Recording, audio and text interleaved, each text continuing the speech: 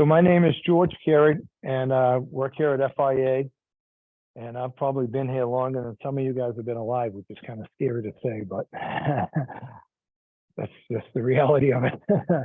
Don't know how it happened. Here we are. But anyway, so welcome. We got a 4-week class of hydronic system design fundamentals. So try to focus on everything, or not everything, a lot of things that have to do with the fundamentals of hydronic system design, heating, chilled water, et cetera, all the various components. And so I guess before we get going, I might have mentioned it before, for the people in the room here, we're going to break around 5:15, 5:30 for a quick bite to eat, and then we'll get back at it and continue on. There are waters out on the table. There's a Keurig right around the corner here. If you need a cup of coffee, don't hesitate. If you need the facilities, it's right at the end of halfway down the hallway at the end of the table on the right. There's a sign there to get right in. So don't hesitate if you need it. I just want to make sure that my people that are logged in can see the screen. Let's see here. Quick message. We can see and hear you. Perfect. Okay. So just a real quick introduction. Maybe not. Like I said, my name's George Carey. This other gentleman, Will Fisher, which you guys familiar with Will? You probably met up with Will over the course of some have, some haven't. Will is our engineering services manager. So overseeing a lot of the bid spec and calling on your firms, making sure everyone's up to date, helping with selections, designing, whatever the case may be. He is not here tonight. He'll be here for the following 3 weeks, the remaining 3 weeks. And then Dave Salerno, who is a sales engineer as well as data statistics analyst, is helping me out. What will happen is at the end of each week, the presentation that we're using tonight and each night will be converted to a PDF, and then we'll give a Dropbox link to everybody that's here. So you can just download it, more just for reference, some of the stuff. What did he say? What did he show?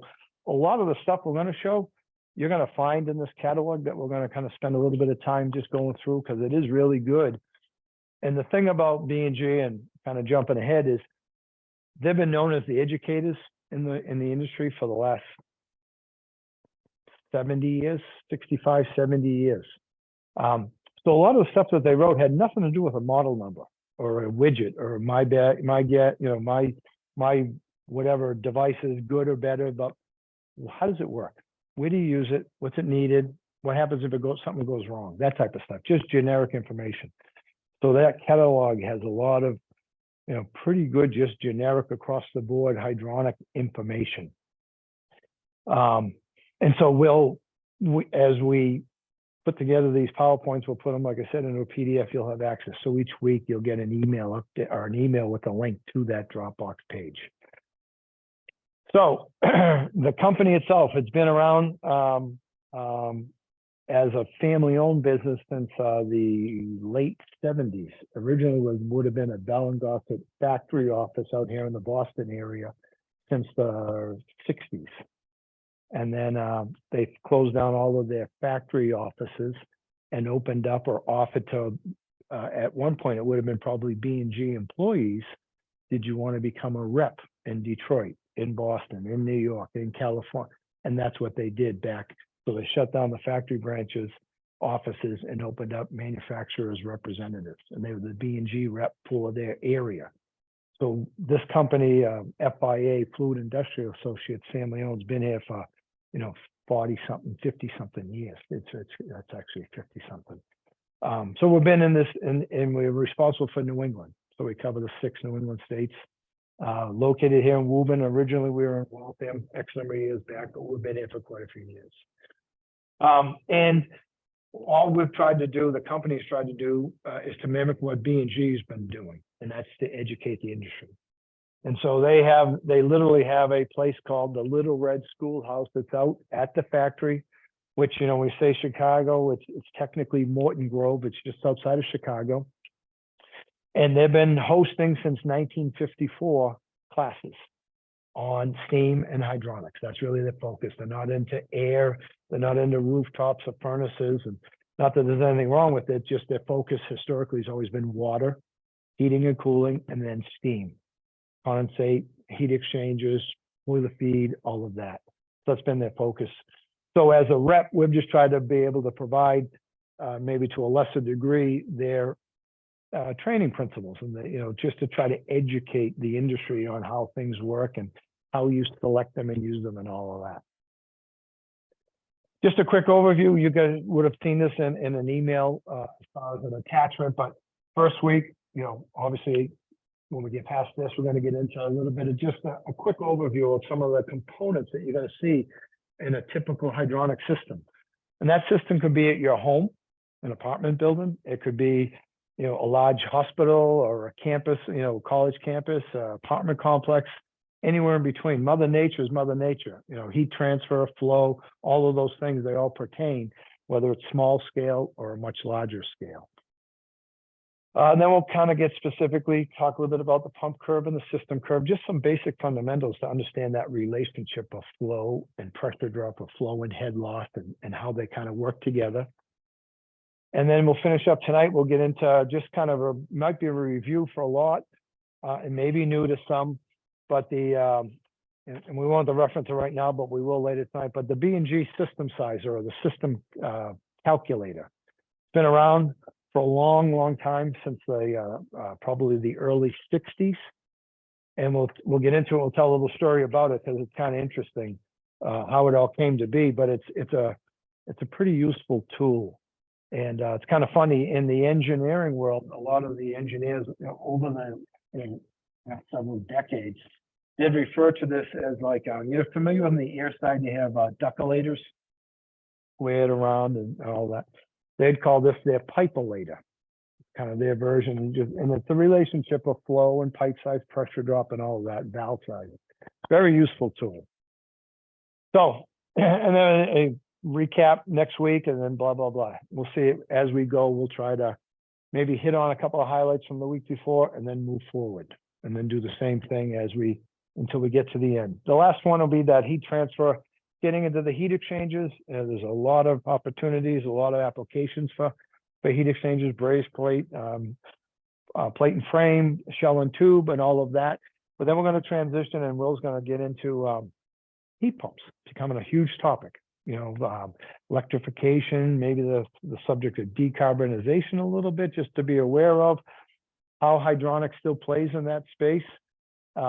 Domestic hot water, commercial space, domestic hot water heating with heat pumps has become a big player, or at least a lot of interest in the engineering community, and maybe they're getting requests from universities or hospitals, and they want to investigate, hey, if I want to reduce my footprint a little bit, my carbon footprint, what are my options and how do I get there? So we want to talk about what's available and what's becoming, in the past, maybe not that common, much more common now. And moving forward, we'll probably just continue to grow.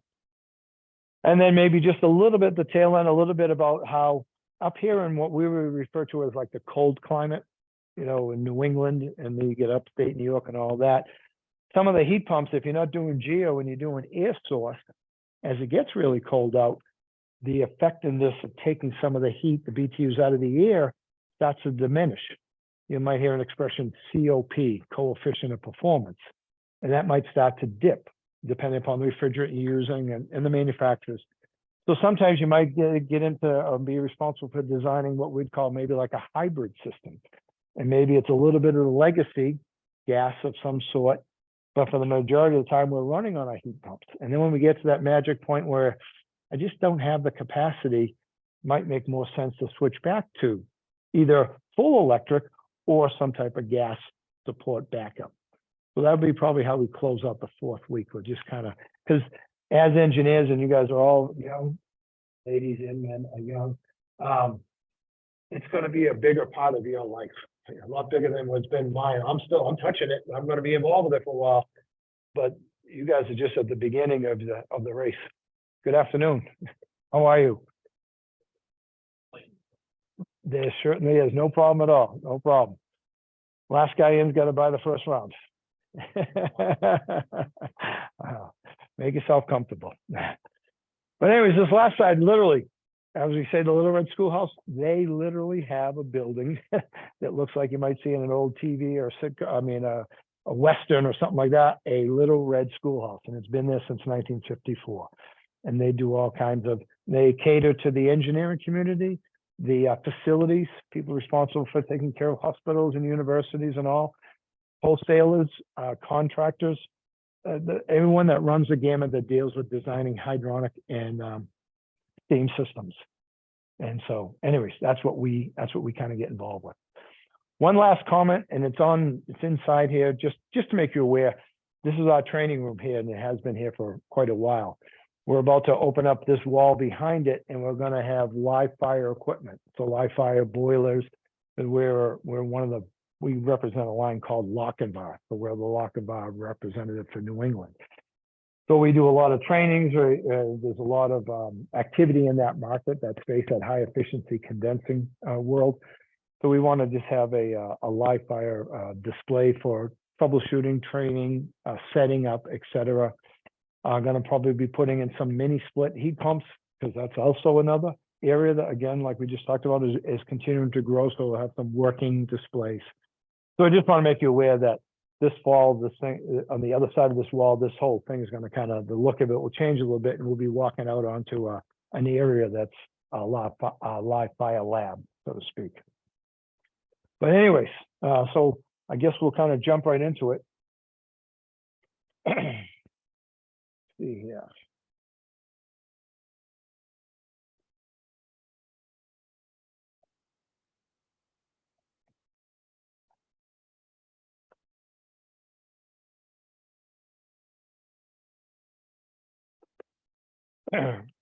This first component, or this first section I just want to get into, like I said, is hydronic system components. And B&G has these catalogs that they pass out to the wholesalers around the country, specifically in our area around New England. And it's, it kind of contains a lot of the components. Like, they don't sell a boiler. B&G doesn't sell a boiler, but they sell a lot of the hydronic components, the pumps, the air separators, air vents, expansion tanks, fill valves, et cetera, et cetera.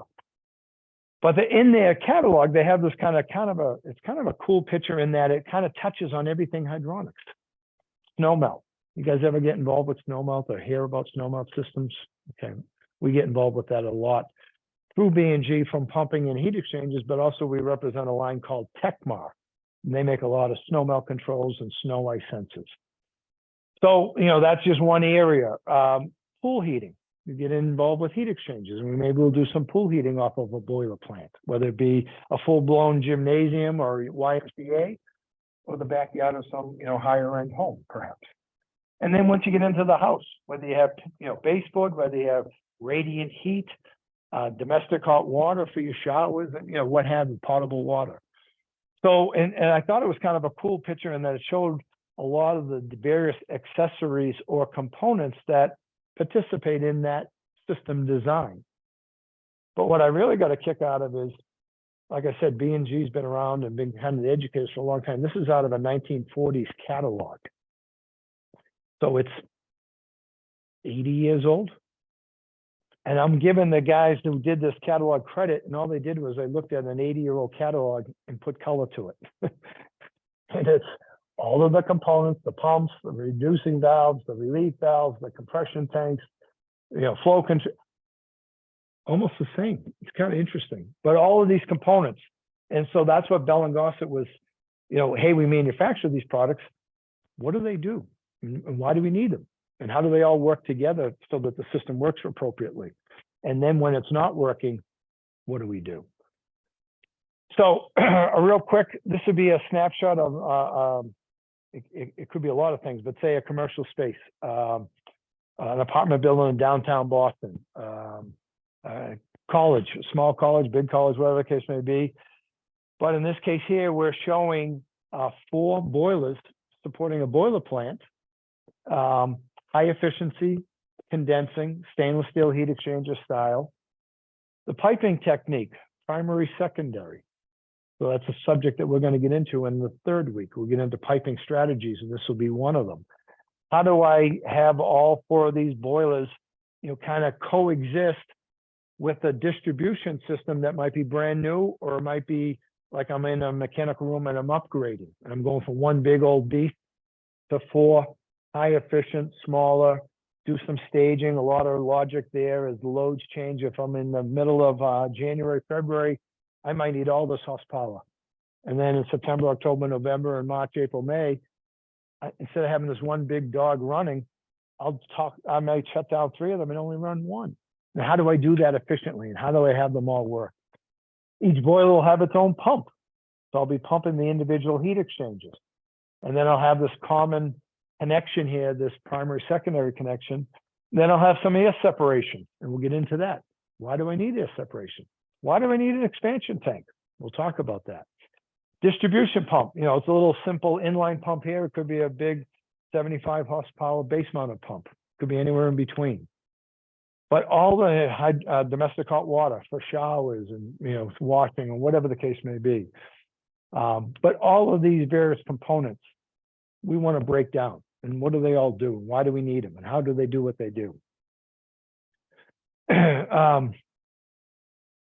As you get into some of that high efficiency stuff, the heat exchangers have completely changed over the last 10 or 15 years. And when I say change, meaning the more popular boilers that are being installed are manufactured with this type of heat exchanger, as opposed to traditionally over the last 40, 50, 60 years, there'd be cast iron sectional boilers. And there'd be the class or the family we'd refer to them as would be non-condensing. We wouldn't want the water temperature so low that the flue gases that are being manufactured and trying to get out of the vent pipe condensed, because that would damage. It's very acidic. It would damage the head cast iron and the breaching, the venting. So you'd always have these minimums. You wouldn't want the boiler plant to go below X, and we'd have to acknowledge that. With this new technology, they're saying, hey, we are condensing. We want to gain 3, 4, 5, 6, 8 points of efficiency. So anyways, what I was saying is just that we're using, the manufacturers have kind of moved to this condensing technology. It's been around probably 15 years now or more, maybe even more now. But the utilities over the past 10 plus years around really Northeast, New York, New England, they've really participated in this space because they see the value of trying to install a 93, 94, 95, 96% efficient appliance versus maybe an 85 or an 84 or whatever.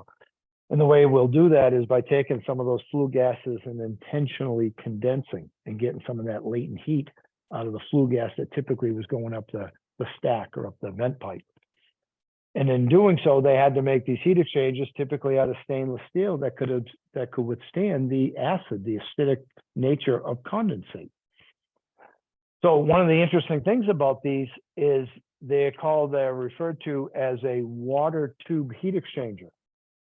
And so I'm actually going to have some water flowing through all these individual tubes, if you will, that are kind of compressed together, and they make up a heat exchanger. And whether I'm a million BTUs or 200,000 BTUs or whatever size boiler plant I am, this is what I have.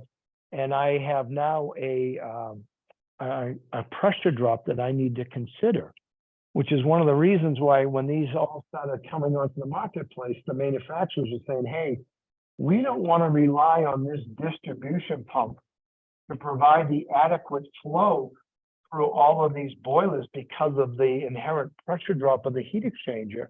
So what I want you to do is I want you to put in each boiler with its own pump. And then that pump is sized and responsible for the appropriate flow and overcome the pressure drop of those heat exchangers. And then how do I do that with having these 4 extra pumps with my distribution pumps and have them coexist without fighting each other, either in series or one pump overcoming the other if they're different sizes. And the way we do that is through that primary secondary connection. So that was kind of new to the industry. They typically weren't used to doing stuff like that. Maybe if you were into some of the bigger chilled water plants and you were doing multiple chillers, there'd have been a comfort level there. But going into a mechanical room and putting in multiple boilers, that was kind of new. And then what's happened is, not that we've moved away from primary, secondary, still very popular, but now some of the manufacturers of these high efficiency condensing boilers, they have, they've changed the heat exchanger and gone to a fire tube. And that fire tube would look something more like this. And it's almost like this big cylindrical barrel filled with water, and then these fire tubes going through the barrel. And that's how they'd down fire, transfer their energy through from the fire side to the water side. But the benefit of it was just a much lower pressure drop. So now the manufacturer said, hey, you have options. You can either do primary, secondary, put a boiler pump on each boiler, or you could do what they refer to as variable primary flow. And now I'm eliminating the boiler pumps and I'm relying on the distribution pumps to provide heat out to my wherever, heat exchanger, my fan coils, my baseboard, whatever it is. But I'm also the same pumps that are responsible for now providing flow through my boilers. So there's different design strategies. I can do primary, secondary, it looks something like this, very common. And then as the boiler manufacturers are introducing this fire tube style heat exchanger, this is becoming an option as well. And you'll have different examples. You might have people that are sometimes a little more comfortable going this direction. And then other people say, you know what, I know this works, I'm comfortable with it. I'm gonna apply this strategy when I design my mechanical room. Continuing on, now you start getting out of the boiler room, you get into the building, how am I gonna pipe it? In this case here, they refer to it as variable primary again, where the distribution pump or pumps are pumping, in this case, their boilers, but also my terminal units. And maybe I'm controlling my terminal units through control valves, some type of space temperature sensor, or whatever the case may be. It's a simple drawing. This could be one building, a central plant. And this could be a dormitory, classrooms, whatever the case may be. It could be a campus, or it could just be sections of a building. It could be small, it could be big. But the concept, we want to talk about all these different components and how they all kind of fit together or not. And then as you just get into, again, a larger, in this case here, maybe it's a multiple chiller plant, a central chiller plant that's feeding again. This might be a hospital. It might be wings of a hospital or different buildings within a hospital. And now you're getting into what they refer to as a piping strategy, primary, secondary, tertiary. So we might call this our primary. We have pumps pumping the chiller barrels specific to each chiller. So then there'll be a control strategy on how do I stage the chillers and bring on the appropriate pump for that, depending upon the load. Then I have a secondary, if you will, that's feeding a distribution loop. And that might be into, building 1, building 2, building 3, building 4, perhaps. And then once I get into each building, I'll have a tertiary pump for each building. So each one of these pumps are sized, differently for their responsibilities. And then the way I connect them through the common pipes, and the common pipes are piping strategies to hydraulically isolate pumps from fighting each other, knowing each other exist. But this is something you guys at your firms are probably already doing, maybe on a daily basis, depending upon, application and customer wants and needs. But so anywhere from a little simple residential home to a full-blown, pretty big, campus type distribution system. We get involved in that space. You guys get involved with designing that space. And so the intent of these next 4 weeks is to try to talk about the different components and maybe some of the strategies involved, or the whys do we do this. And again, question and answers. Don't be afraid to stop and say, hey, what are you talking about? What did you just say, etc. So kind of jumping in, first up, just kind of the first component, if you will, we'll talk about pumps, and not a deep dive initially, but just as one of the components you're going to encounter. And what we deal with, closed loop, typically closed loop, we might have some open loop systems, but we're dealing with centrifugal pumps. There's all different types, peripheral, special. They all fall under, there's a body, a third party, I guess you will, a testing or standards called Hydronic Institute. And they're a third party where they'll test B&G, Taco, Armstrong, Grun, all the different manufacturers that are out there, Paco. And it's just to say, yeah, this is what the manufacturer has manufactured. These are the pump curves that they've developed. Let's test it. Says they're going to do this, make sure they do that, just to make sure everyone's on the same level playing field. So it's been around a long time, this HI, this Hydronics Institute. And so within that institute of standards, we're going to fall in with this centrifugal. And that's the pump that we use. That's the style pump that's going to be used. We use it in all of our chilled water, all of our hot water heating, all of our condensate handling. Our condensate pumps are going to be centrifugal. So, just a couple of basically boring definitions, but a pump, a mechanism used to push the liquid with a specific force to overcome system friction loss. So as the water is moving through the pipe and the components, just like air in ductwork, there's some resistance, there's frictional loss or static pressure drop. And then especially in a open system, any existing difference in elevation. Most of our closed loop elevation is not a concern. It's just friction. You get involved in maybe the plumbing side of this world, and you're getting into like booster packages in your downtown Boston, and you have incoming city pressure at X, and you got flushometers 10 stories, 15 stories up, and they got to have pressure up there so that they can operate properly. And so you might be designing a booster package. So now you say, okay, my incoming pressure is 50. I got to add X, and I got to have positive 30 pounds at the high point. Well, now I'm definitely concerned about elevation. That's going to become part of your calculations, part of your factor. I got to lift it, 6, 10, 15 stories times 10, 12 feet each, plus have left all of those. I'm sitting here doing that same building, and now I'm just talking about fan coils. I don't care about the height. The fill valve and the expansion tank, that takes care of that. Now I'm just concerned about, okay, what's my load? So what's my flow rate? And what's my frictional pressure drop moving through the pipe and the coils, the fan coils? So two different concerns. Centrifugal pump adds energy in the form of velocity to that flowing liquid. And it uses a motor or a driver, to produce the velocity. And in doing so, obviously, it's going to consume energy. So a very simple little drawing, but all it's saying here is you have a can on a cylindrical pipe, if you will, and you have some holes cut in the bottom of that can, and that can is holding water. Water is obviously going to fall out just by gravity, but at a certain rate. And all of a sudden, if you were to introduce this thing, a rotation, and added some centrifugal forces, really what you're doing, you're adding velocity, that water is going to exit out of that can a lot faster. That's an impeller, real quickly.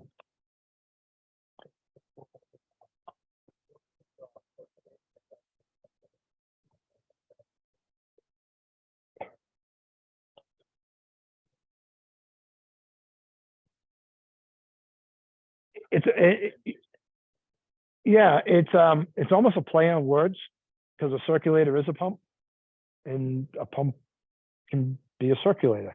Meaning, to your point about open systems, I'm pumping and I'm elevating or lifting. The word circulator, where it's coming from, is like in a closed loop system. I'm not really pumping the water up.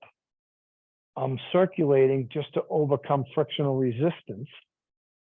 So if you thought of like and we'll get into a little more detail a bit later on, but if I had a vertical height of a building, 5-story building, and I'm down in the mechanical room and I got to pump the water through all 5 stories. The pump's job is not to get the water to that high point in a closed loop heating or cooling system, because it's already there, right? I got a fill valve and I got an expansion tank that's filled and pressurized that system. But what that pump's job in a closed loop is to circulate that water that's in the chiller, in the boiler, getting heated. And as it turns on, rotation, and I'm basically taking water that's sitting inside the eye of the impeller, and I'm going to spin the vanes, the impeller, a rotation, and I'm flinging that water out along these vanes into a casing of volute that's just kind of capturing it and then directing it through the discharge. But water is not compressible. So as soon as I upset that balance, every ounce of water in that 5-story building instantly moves. How fast is it moving? Well, that's a function of, okay, how many GPM do I want? Well, what's the GPM? Well, that's a relationship to BTUs. What's my load? So we'll get into that. How do you figure? And then as I move, what size pipe am I attached to? Am I a 1/2 inch? Am I a 4 inch? Am I a 12? It's a function of load and then pressure drop. So that pump in the circulator mode is just saying, hey, I just want to turn this wheel. And so I could take that 5-story building and I can turn it on its side. And it's the same pump. It's the same amount of piping, the same frictional resistance, the same BTU load. But if I take that 5-story building and now I have an open and I have like a, say, a booster package down in the basement, and now I'm taking that and I'm trying to pressurize shower heads or sinks, faucets and stuff, that's a pump, like in a pumping application where it's responsible for truly the elevation, the lift of that water coming into that building, as an example. It's kind of a play on words, to be quite honest with you, and it does lead to confusion. You know, am I buying a circular? Am I buying a pump? A series, you could take a pump, you could take again, sometimes the residential pumps, they'll call them circulators. And then as we get into a big commercial, we'll call it an end suction base mounted pump. It's handling more GPM because it's a bigger load, bigger pipe, but it's still circulating water in that closed loop. Now I could take that same pump in a process and I'm taking, you know, whatever the application, sometimes you get into where you have like you're taking cooling water out of a pond and you're doing something with it, some kind of process or irrigation or whatever. That'd be a pump. It's an open system. You're taking it from the lake or the pond, and now you're pumping it through this irrigation piping system to, you know, irrigate whatever, farmland or, you know, crops, etc. So it's just a play on words. But pumping or circulating, closed loop, it's always circulating, even though it is a pump. You know, it's just kind of a little bit of a play on words. Maybe jump to that picture. It would be like a cutaway. It's a line drawn, but a cutaway of the end suction of say a base mounted pump, where the end suction. So the suction is at the end of the pump. It's entering into that eye of that impeller. On the other side of that impeller, there's a shaft or a bearing assembly and a shaft and a motor that's spinning it, rotating it. And as it's spinning it, the water, as it's coming in, is being slung along these veins into this volute. They call it a volute casing, and it's moving in a certain rotation towards from the suction side to the discharge port. That's now what's attached on the top there, but our piping network that's going out to our radiation. So the water comes into the eye, is rotating, the water is being flung along these veins. It's a very, very primitive picture, but it's that concept of rotating and spinning. So the water that's sitting on the inside of this can, closer to that shaft, if you will, versus the velocity at the outer edge is going to be much higher as that velocity is being added. That's basically what's going on. And so there's different terminology. Obviously, the impeller eye, which is where the water enters in. And it's just something to be aware of. You know, when you guys are sitting down designing systems, there's probably a lot of the stuff you don't even really have to think about or consider. But in the industry, every now and then, there's a thought sometimes, you know, like the paddle boats, the paddles on a riverboat going down a river, and how they're kind of scooping or lifting the water to propel the boat. There's a perception sometimes that these veins are scooping the water up, and that's not its purpose at all. It's coming in the eye and being flung along the vein to this casing that collects it and then directs it through the discharge port. And what would happen is, over the years, I'd get a call. Typically, it's going to be a resident, but it'd be a contractor saying, "I think I know what's wrong with your pump." I'm like, "Oh, I didn't know we had a problem, but do tell." And he says, "Well, I took the pump, I took it out of the volute, and I hit it with some power to watch it spin. And the impeller's spinning the wrong way, because the veins on it, they're not scooping the water up. They're spinning, you know, they're slapping at the water instead of spinning. I'm like, well, that's exactly what it's supposed to rotate that way, because the impeller vanes don't scoop. They slap, if you will, because it's actually coming into that small hole, that what they refer to as the eye. So that was his first introduction into our circulator in or a pump and a circulator application in a closed loop centrifugal action. You'll have this cut water or this casing tongue right here.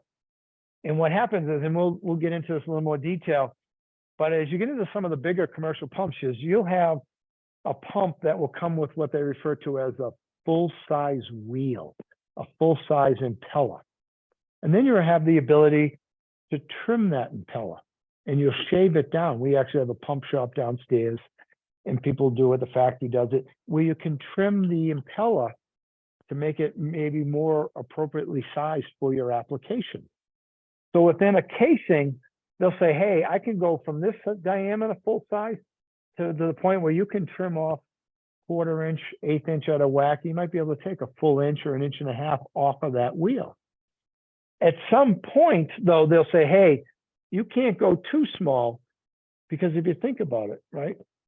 If you make that wheel, that impeller diameter so small, in terms of using energy, the motor, using kW, and the percentage of the water that you're pumping that's being flung along these vanes, if that wheel gets too small, what happens to most of that water? It recirculates. So the efficiency goes way down. So at some point they'll say, you know what? That pump's too big for what you're trying to do. You need to select a smaller pump, a more appropriately sized. But within each family, they'll have a range, and we'll talk about that. And they'll say, okay, why is it 9 inch and you can get down to 7 or 8.5? Why can't you go to 6? Well, technically you probably could, but it's going to be very, very inefficient. At some point, you want to select a smaller pump. Or conversely, at some point, you can only go so big, then you got to move to the next family, next size up. That makes sense? Okay.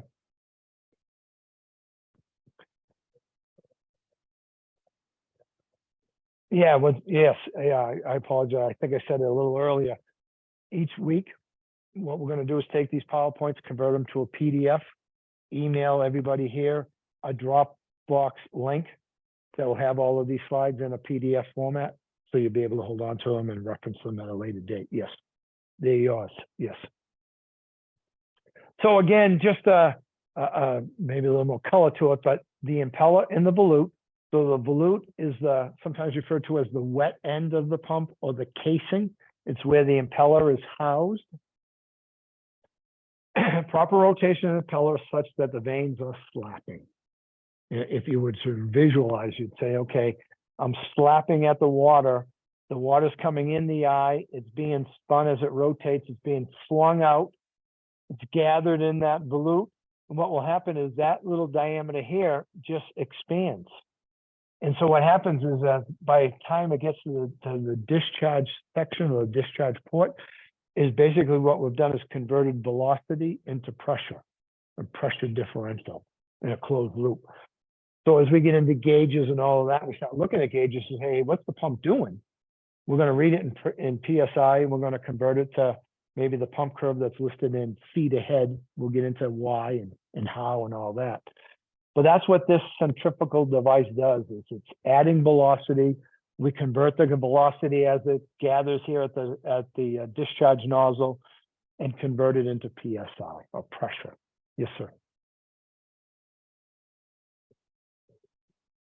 Probably efficiencies, because to be honest with you, like you get into 3-phase motors and the guys wire it wrong and it's rotating the wrong way, you'll actually get a little bit of capacity.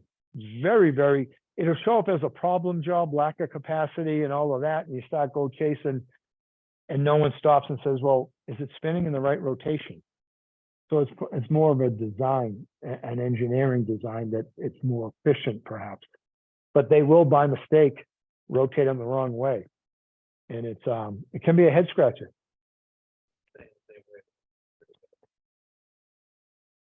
Yeah, I'm assuming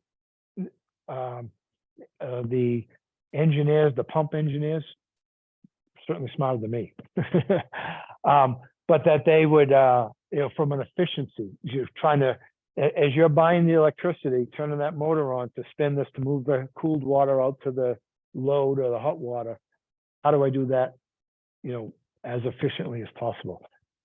And again, I've never asked that question. It is a good question, but I'm thinking if they did reverse it, I'm assuming they probably would have tried that at one point and just found the rotation of the vane flapping as opposed to scooping more efficient. And there you go, slapping, whipped away. One of the things in centrifugal pumps is that suction has to be flooded. That pump has to be filled with water. Doesn't have the ability to have filled with air and displace it and fill it with, you got to have that thing. You can have a pump above a source of water, but that whole line into that volute needs to be flooded. There's going to be a foot valve or a check valve holding that column of water. But the pump must be flooded to move water. We'll get involved with situations where there's an expression, I don't know if you ever heard the term, but cavitation, where a pump starts to cavitate. And there's all different reasons, and we'll talk a little bit about it. It gets into this term called NPSH, net positive suction head, and we'll get into it. But basically, sometimes the water, for various reasons, whether you're dealing with really hot or just substantial pressure drop, but it'll flash into like vapor. And all of a sudden, the case in the impeller is pumping vapor, which it can't do. So it's sitting there spinning. It's overloading because there's no water there. So the RPMs really ramp up, the amperage increases, and there's no distribution. Sometimes the guys will close the discharge, get the thing to settle down, slowly open it back up, and they're back in business. Or address why is it cavitating? Temperature, steam systems, you're dealing with condensate pumps, you get traps that are blowing by and they're elevating the condensate temperature. All these different things we'll get into a little bit later on. Main thing, takeaway, pump suction needs to be flooded. So you get into single suction is the kind of the first expression, but there's all different, little residential cartridge style.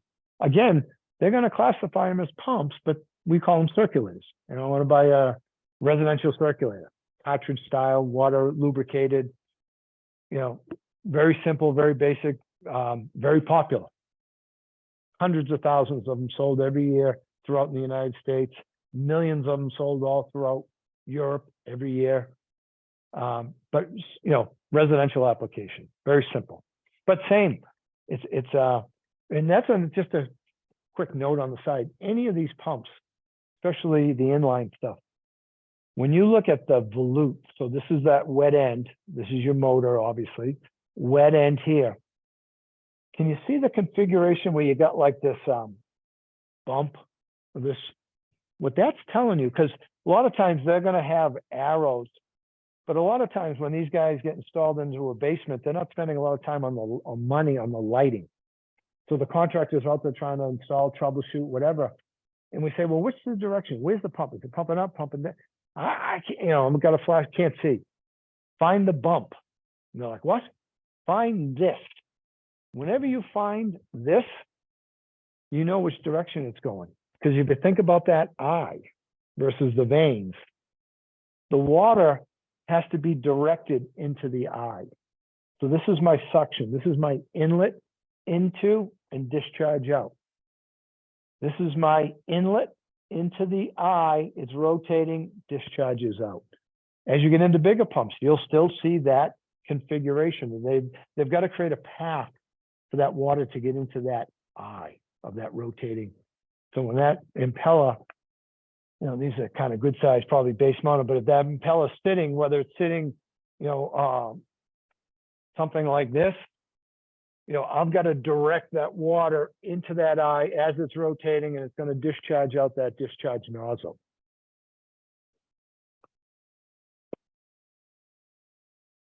ECM, we're going to get into that a little bit more detail next week, but just to be aware, have you heard that expression, ECM pumps?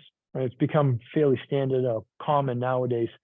Same thing as a condensing technology. It's new, relatively speaking. We've been using induction motors for 70, 80 years. Electronically commutated magnetic motor. came over. It started in Europe. I think America invented it, and then we said no one's going to spend the money on this type of technology, and kind of shelved it. And it shows up in Europe, and they actually, residentially speaking, they've banned these style pumps in Europe. You can't install them anymore. You used to be able to, but you can't, because from an efficiency standpoint, they're just not as efficient as that ECM.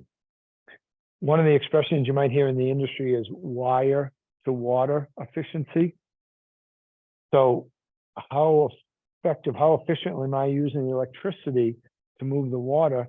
So I've used this high efficiency, say, boiler plant to make the water heated as efficient as possible.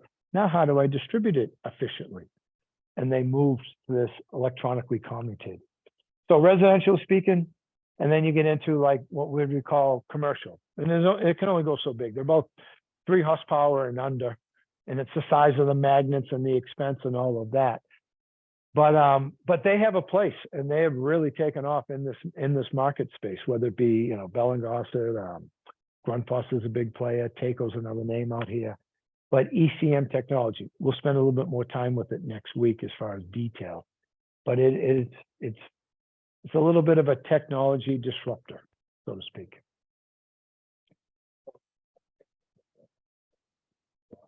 Drive right on board. Yes, correct. Like a microprocessor right on board.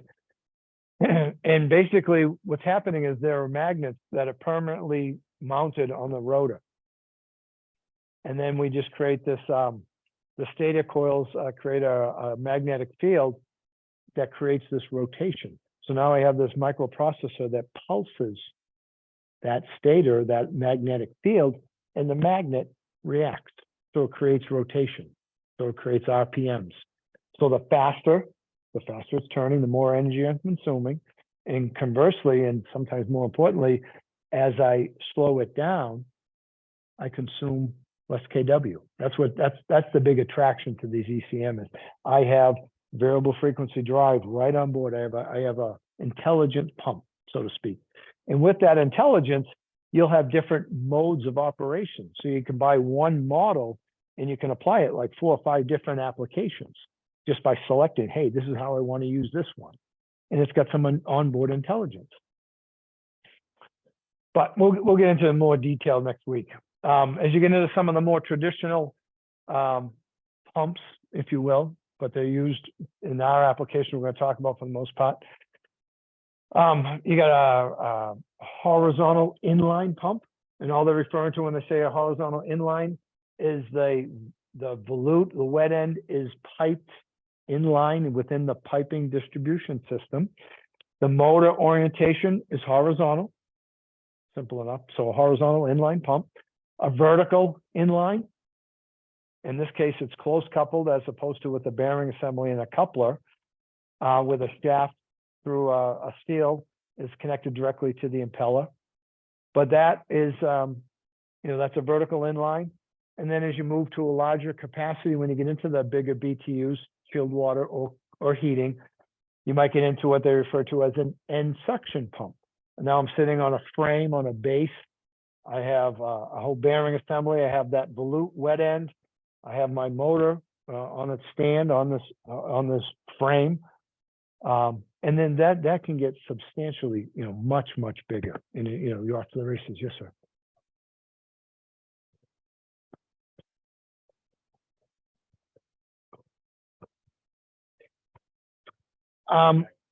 These horizontal inlines cannot. Some of these verticals can be mounted. The orientation can change horizontal. And it has to do with the family of the pump, like a Series 60, that's just a horizontal inline. There's no option. If you're going to go vertical, you might go to like what in our world they'll call Series 90. Series 80 can go either way. And those capacities, they get substantially greater than what these little horizontal inline pumps can provide. But they all have their place there where it's appropriate. And then just a couple of quick pictures of, again, here we emphasizing the eye of the impeller. So the water's entering into this eye. If you look at it from this angle here, they're referring to that as the shroud that's housing the various veins, and the diameter of the vein, the design of the impeller, how sharp, how many veins, all those things get into what am I trying to do? I'm at a dry cleaners, right? Or dry cleaners. They're running with 125 pounds steam, 125 pound steam boiler. So a lot of pressure. And from I got to get water back, condensate back into that boiler to continue to let it run. I need a pump, probably a small little boiler feed system. Those pumps have very high discharge pressure because they got to overcome the operating pressure of the boiler, so 125 pounds, but their flow rate's very low. So the engineering of that particular impeller and pump is very specific to low flow, very high head, characteristics. I get into heating and cooling, going through 100 fan coils that are providing cool water for chilled water for cooling application. Completely different design, a completely different looking, perhaps impeller, much lower pressure up, perhaps a much higher flow rate. So all of those things come into play as to how we select circulators, and then characteristically what they look like on the inside. And there's a reason why they look differently. And someone just took an impeller and then they did two things. They kind of cut the top off so you can see it. And then they also, from a side point, almost cut it in half so you could see. So this would be where the shaft would be located, or the bearing assembly would be connected on this end. And then this side here would be that eye, and the water would be coming in and flung along these veins. So the rotation is this way. So as it's spinning it, it's flinging it out, if you will. So just a couple of, real quick, Series 60, they call it a long coupled, but that's just a kind of a cutaway. You got a bearing assembly, you got the coupler, and then you have your motor. And then on this end, the wet end, here's your volute and here's your impeller. Here's that eye, so the water is being directed into the eye. But that is definitely a horizontal mount. And they're talking about, some installation, some good, some not so good. Definitely that would be an answer. Don't do that. Don't mount it vertically. That's really designed to be in the horizontal. And it has to do, you put it this way, all the oil in the bearing assembly would just run right out. They would run dry and you'd have issues. You get into an E90, and a 90 is typically vertical, but it is able to go horizontal or vertical mount, has that flexibility. Doesn't have a coupler, it's going to be, or a closed coupled, it's connected directly with the steel from the motor shaft to the impeller. Series 80, again, horizontal or vertical. These things, you look at the flow rates, 250 gallons a minute, 200 gallons a minute. You get into some of these larger Series 80s, you can start getting into some substantial flow. Now the question sometimes becomes, you guys as design engineers selecting, I can get this style pump at some pretty big capacity. As me as the installing contractor, or me as the service contractor, do I want to contend with a 50, 75 horsepower motor mounted up in the air? Yes, no, maybe. Depends on if you're having a good day or a bad day. But so those are some of the things that you can do it. And sometimes because you can, should you? That's a conversation you'll have in your office with your other colleagues. Where is it appropriate? Where isn't it appropriate? But anyways, those are things, applications. And most of the stuff that you guys are going to see, unless you're into like some type of manufacturing or process, it's going to be closed loop heating and cooling. Cooling with chilled water and heating with boiler plants or some type of heat pump or water source heat pump, whatever the case may be. And again, just look at, that's some crazy capacity. That's some really high capacity stuff. They even have these, what they refer to as a twin inline, where they'll, kind of through some fancy configuration here, have them running in parallel, mounted together, and you can get into where you're staging them on and off. So in parallel or duty standby, one pump's running, or if I want to run them, so get some options, some creativity. But again, mostly heating, cooling, maybe integrated with a chiller package with a chiller manufacturer. This is very, very common. These end suction base mounted pumps up to about 4,000 gallons a minute is the capacity. Again, what you're going to see, heating, cooling, water cooled condensers, cooling tower applications, where you're going to see these where the flows are appropriate. But when they say end suction, all they're referring to is the suction is the inlet side, and then the discharge is going to be out the top. So come in the end, out the top. Sitting on a frame, bearing assembly, a coupler has the coupler guard, the OSHA standard coupler guard to protect, you know, so if people are walking by or looking at this pump and this thing spinning at 1750 RPMs, you're protected from it. And then obviously a motor sitting on a base or a frame. But anyway, so that's kind of the world of the different pumps that we're going to come across. Some of the accessories you might see, and this would be like a detail, if you will, an end suction pump detail. But two things that you're going to jump out, you're going to see almost all the time. Some type of what this is referred to as a suction diffuser. And then this would be some type of triple duty valve, triple duty. So it's performing three functions. So the suction diffuser, the purpose of this device, suction diffuser, is before it was developed, if you were to take, say, a return pipe or return coming back in the system, and you had this elbow and it was fairly tight to the inlet of the pump before this guy was developed. And what they're trying to show here is the velocity of the water is different within that turn. And that can really create some imbalance on loading the impeller, what's behind the impeller, but the seal and then the bearing assembly. So it'll create some premature failure. So the industry figured that out. They solved it. This is going back years ago. But this would be a piping standard. The X should be at least 5 times the pipe diameter. So depending upon the size pipe, 2-inch, 8-inch, 12-inch, I want a straight run of pipe. And all it was to do was to take this and even it out. So you're loading that impeller and that housing evenly. Now, as you get into bigger systems, that's taking up some pretty good real estate, some floor space, which they would do so that the life of the pump would work, survive.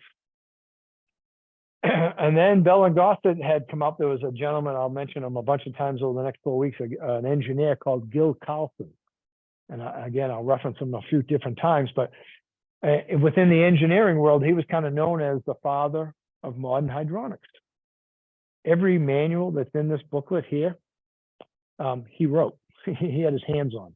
He was a genius. He really was a super genius.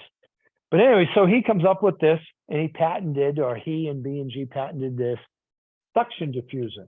And basically what's going on is there's straightening veins inside that diffuser, so that what we're trying to eliminate is this. So these straightening veins, without having that footprint, would take that water and force it through these veins so that it evenly loaded that impeller, as if it had that 5 or 6 pipe diameters, a straight run, while saving the mechanical floor space. Just something to be aware of is all of these suction diffusers come with 2 strainers, if you will, or a cylinder, they'll call it an orifice cylinder, where this baffle, the straightening veins sit inside. But they also come with a startup strainer. And that's there just for startup, because under construction, there's a lot of stuff that's going on a job site. Cigarette butts, gum wrappers, whatever gets thrown into the piping. On startup, we're trying to protect the impeller and the suction of that pump. So they'll have the startup strainer, but they typically, after 24 hours, maybe 48 hours at the most, you want to take that strainer out. And there's a very specific way where they'll take this cover plate off and they'll be pulling that strainer out. You don't want to keep it in, because if it does a really good job, it's creating a tremendous amount of pressure drop on the suction of your pump to the point where the pump will start cavitating, stop working, and give you all kinds of performance problems. So the startup strainer is very vital, very important, but only for a short period of time. And then we got to get rid of it so that we're not creating huge pressure drops on the suction side of your pump. The discharge side, they have this thing called a triple duty valve. And it's really what it's trying to do is replace 3 items. Some type of calibrated balancing valve on the discharge, a flow control valve or a check valve, so they have a soft seated check inside here. And then you can use it as a service valve, and you can positive shut off. So you can isolate the pump with this device. So balance on the discharge of this pump, what's the performance? A check valve to prevent reverse flow. If I had 2 pumps in parallel going into a common, one's a standby, one's operating, I rotate them. I don't want the off pump, the working pump, to just go backwards through that off pump, and it would. So I have to have a check. So each one will have a check. Each one will have one of these triple duty valves. And then if I need to service the pump, I can use that on the discharge side as a way of isolating the pump from the system. Very common. And they come angled mount, they refer to them, or straight through patents, depending upon your application and your orientation. And that's just kind of a look inside where they have this spring tension, and they're taking this these valves with this gauge or this measurement, if you will, how far closed, how far open am I, will impact how much pressure drop am I adding, and that's that balance part.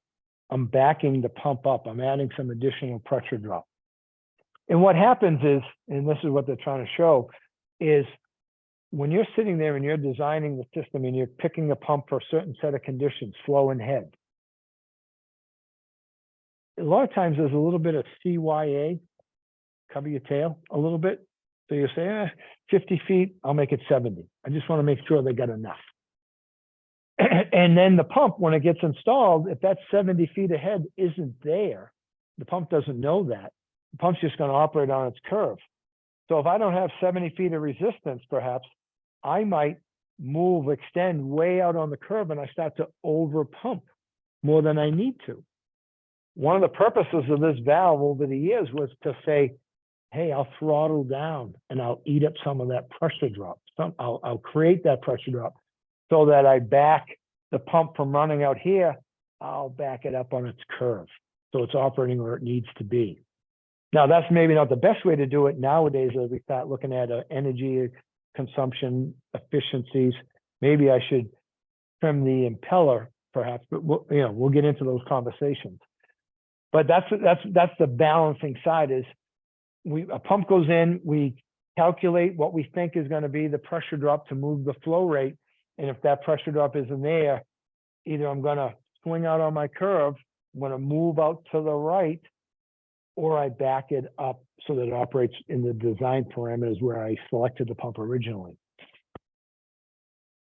Flex connectors, they're typically used to they're not so much vibration isolators. That's another, there's a vibration isolation device. These would be just to kind of line up those pipes, your distribution, your supply pipe and your return pipe, and give you just a little bit of wiggle room, perhaps, to line up with the flanges, in this case, to your suction diffuser, and then the discharge of the pump to your triple duty valve. You're going to give yourself some space here. So flex connectors are another accessory you're going to see when you're dealing with these pumps, especially the base mounted pump. As you get into really large capacity, now you're getting into what they refer to as a split case, and they'll come in the orientation of horizontal or vertical, a double suction. And I just want you to look at this, and we'll explain it in a second.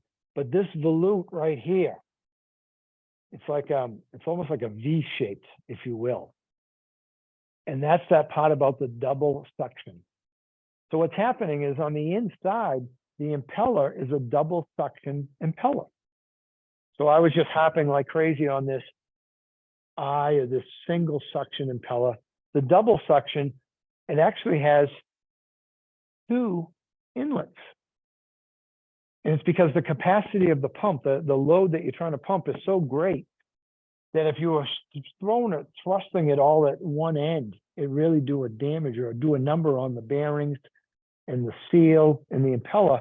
So they said, hey, if I can evenly load that, I take a lot of that thrust and that load off the bearing assembly to the point where a lot of these components last a hell of a lot longer with these really large capacity loads. So they call it a double suction or a split case. So the water's coming in here and there's actually a splitter inside and it splits the flow. So on the inside, it's entering both sides evenly of that impeller. So that's when you get into some really large capacity pumps, which is very common when you get into campus distribution, hospitals, large chiller plants. You're dealing with thousands and thousands of gallons a minute. This is the pump. Well, this style pump is what you'd use. And there's different orientations on the flanges on suction and discharge, whether it be horizontal, on the suction and discharge up the top or vice versa. And so, where this really kind of, it became very popular within the engineering community is the floor space, the mechanical floor space. All of a sudden I have my discharge and my suction vertically mounted as opposed to running across a certain amount of the floor space. It's just, it's real estate, right? How much am I taking up of piping if I can run it, maybe the orientation vertically, just to save myself some space. This is technically showing how not to pipe it, because they're talking about this connection here is a little too tight. So a little bit of that water pressure increases here, creating a greater flow to one side, and then you'd unevenly load that double suction. So there's some dot your I's, cross your T's, how you pipe to that pump so that you don't, but I just like that drawing in that it's just trying to show that as you come into that splitter right here, it's trying to split evenly into that impeller as it's rotating and then discharge out your nozzle, your discharge nozzle. And that would be the difference. Sometimes the question comes up and I say, well, when do I go from this guy, the base mounted, this kind of the real popular end suction pump, and move to that size pump? Because there's definitely a price difference between the two. And as you guys get into it, substantial. And really, one of the best explanations I had heard, which had nothing to do with pumps, but just to relate, would be if you're thinking of like a Ford truck, a Ford 150, the most popular truck, it's got whatever, I forget what the tonnage would be in the back, but say it can handle a 1/4 ton pickup. And then you have a Ford 350. Now that's a workhorse, and that can handle a lot more, is designed to handle a lot more. Could I put all of that load on that F-150? You could. It's not going to last long. It's going to beat the hell out of it. It's not going to survive. So could I use this pump with some really excessive thousands of gallons a minute? Yeah. But there's going to be a lot of service. There's going to be a lot of breakdown of that pump. There's bearing assemblies, couplers. It's a very good pump, but to a point. And at some point, some of that thrust, that load, is just too much. And that's why they come up with this design. So, 1,000 to 1,500, that's just kind of a rule of thumb that's thrown out in the design community. You might see applications where that be as high as 2,000, 2,500 maybe. But usually long-term, if you're looking at life costs, even though up front that's going to be more money, that's built to handle those higher capacities because of that splitter, that design, that double suction impeller. It's taking all of that load that's just being thrust one way and evenly loading that impeller. So taking some of that concern, so to speak, away.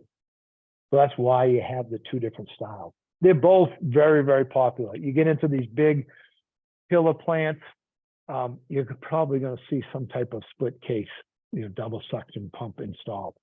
Not that big, or a boiler plant, you're probably going to see some of these base mounted end suction pumps. I'm talking a lot. Any questions? Yes, no, keep going. Real quickly, let's just hit a couple other components. Air separators. Why do I need an air separator in a hot water or a chilled water system? Water. Why am I dealing with air?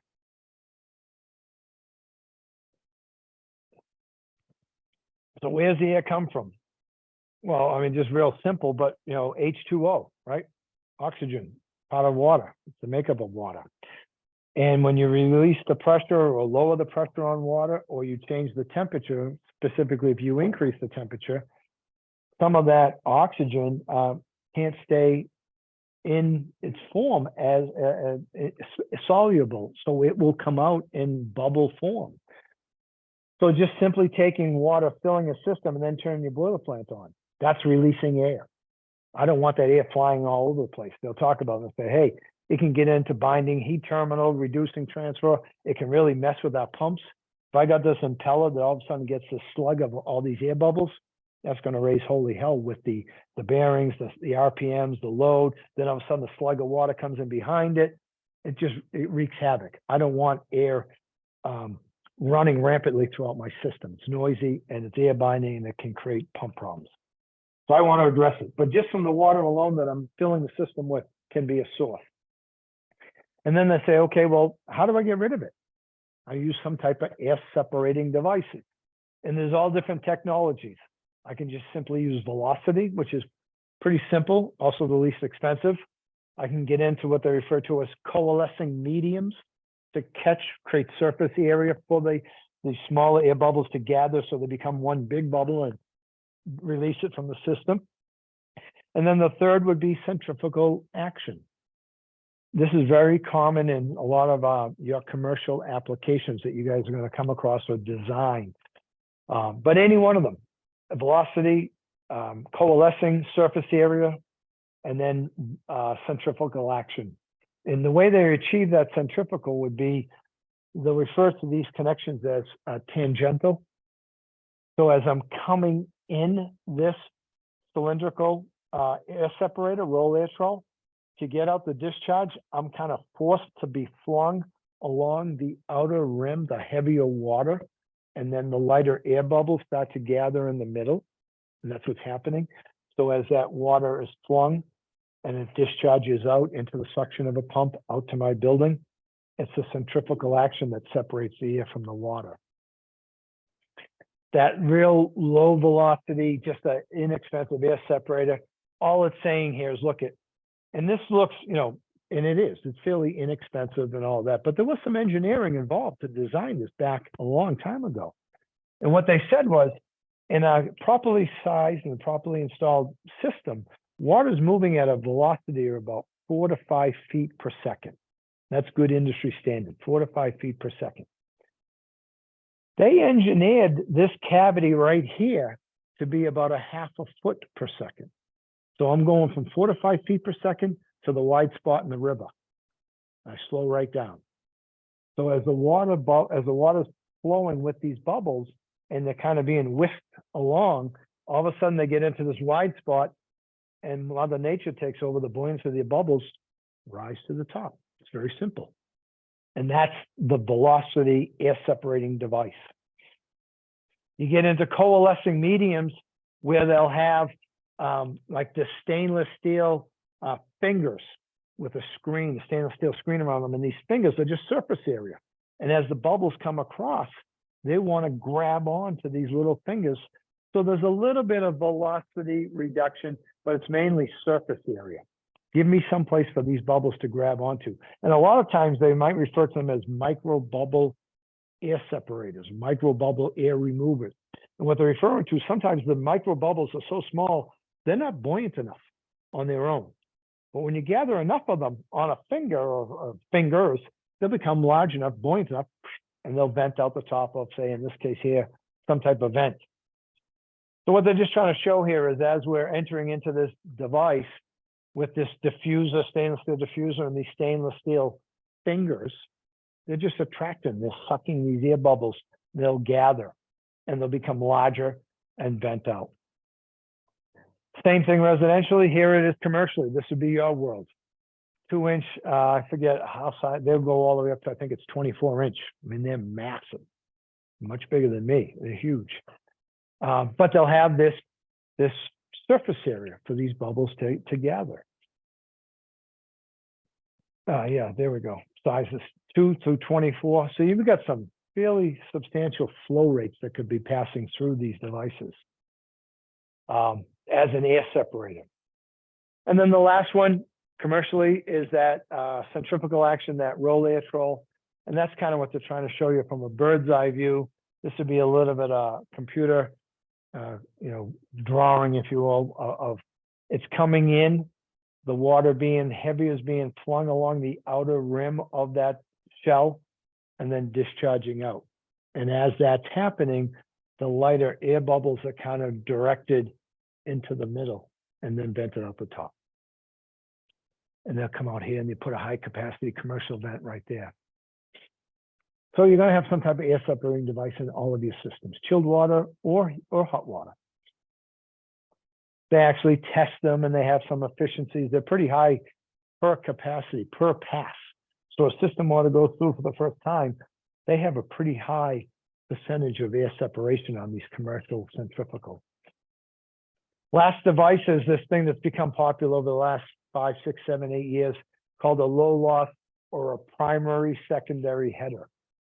And what's going on is, again, it's velocity. It's reducing the velocity. Because we're using it as a set of primary, secondary keys, it's a very quiet spot. You look at it here, there's some of the details, the nitty gritty. I got a certain diameter pipe. So in this case here, they're calling it 2-inch. That 2-inch, that water's moving at 4 or 5 feet per second. It gets into this diameter here that they engineer so that the velocity drops to less than 1/2 foot per second. So as that air is being released from, say, the boiler plant, and it's coming into this low loss header, the air bubbles would then be directed up to this high capacity vent, and you'd have air-free water heading out to your pumps, out to your building. So it's another device. But it also can be used as your primary secondary connection. That's where the guys commercially use it. And they'll say, okay, over here is my boilers. I got my 2 or 3 boilers. Instead of using a closely spaced keys, I'll use this low loss header. So I'm achieving a couple things. 1, air separation.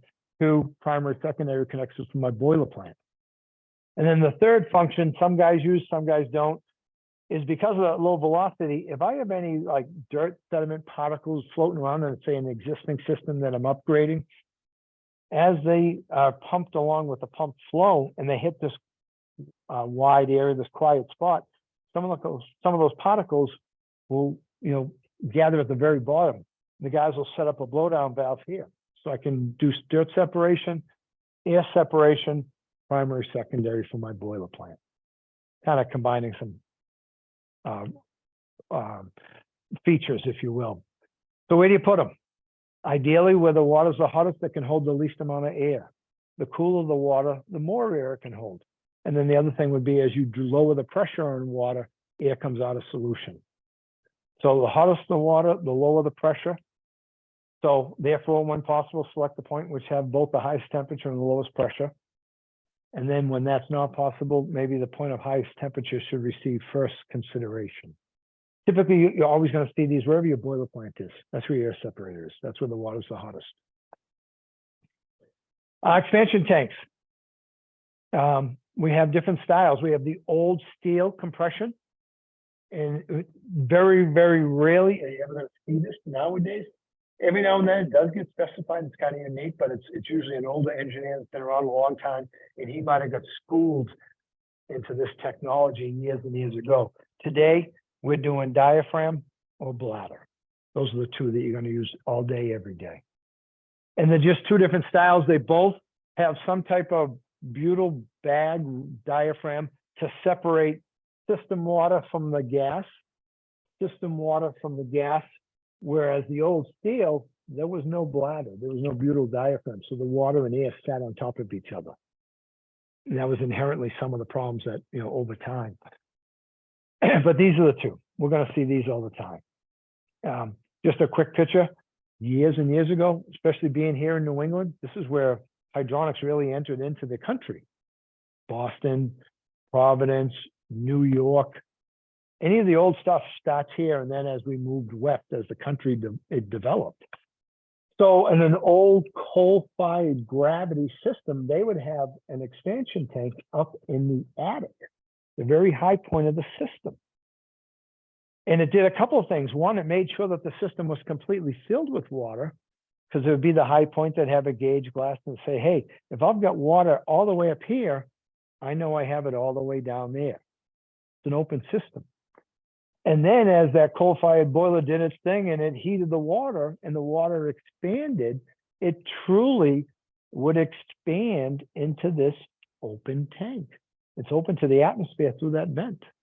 Very, very primitive, but it was the first expansion tank. And it's kind of funny is I'll see these every now and then. You get called out to these old McMansions, 100-year-old home, maybe 120. If they're made out of copper, they're no longer there. If they're made out of galvy, they're cut and pushed off to the side. Guy doesn't want to take the time to lug it all the way down. If it's galvy, if it's copper, it's getting in the back of his truck, and that's bear money for the shop. So it's kind of funny. You'll see them, but we'll see them out in the field every now and then. But obviously, it's just a point of reference. So the job of compression tank or diaphragm bladder tank, very important. And it kind of sits off to the side. We're really not sure what it does. We don't even know how to size it sometimes. We know we need one, but it does all of these different functions, if you will, to make sure that a closed pressurized system works appropriately or properly. So maintain pressure within an acceptable band. Well, what that means is I want to make sure the system's filled all the way up. So that'd be a fill pressure. And then the band would be, hey, I got a relief valve. I don't want this relief valve relieving. Why? What's the problem with the relief valve dumping? Yeah, we're dumping water on the floor. I'm bringing no makeup water. It's a waste. It's corrosion. I'm bringing in more oxygen. So I have this band. One of the roles of a compression tank is to make sure the system stays closed. Does its thing, but stays closed. Fill pressure provides adequate. We'll talk a little bit about that. NPSH available. That whole thing about thermal expansion. As I heat it, it expands. I got to have a place to put it. That's the role of the expansion tank. May act as a receiver for separated air. That would be these guys here. These old compression tanks would typically, you guys aren't going to see that, moving forward. And then we'll get into this a little bit later on in the probably the third week, but serves as a pressure reference for the system. Where the tank is relative to where you put your pumps, there's a very important relationship that exists that we want to talk about. So a real quick visual. You take 2,000 gallons of 40-degree water, and it becomes 180 degree in temperature. It's going to have technically the volume of an additional 56 gallons. I got to put that somewhere. If I have a closed system, and I have no expansion tank, that pressure is going to rise like a rocket, and that relief valve is going to do its job, thankfully. So the job of that expansion tank is, hey, absorb the 56, let the pressure rise a little bit, but keep it well below your relief valve. As the system shuts off, water cools and contracts. We lower the system pressure, turns back.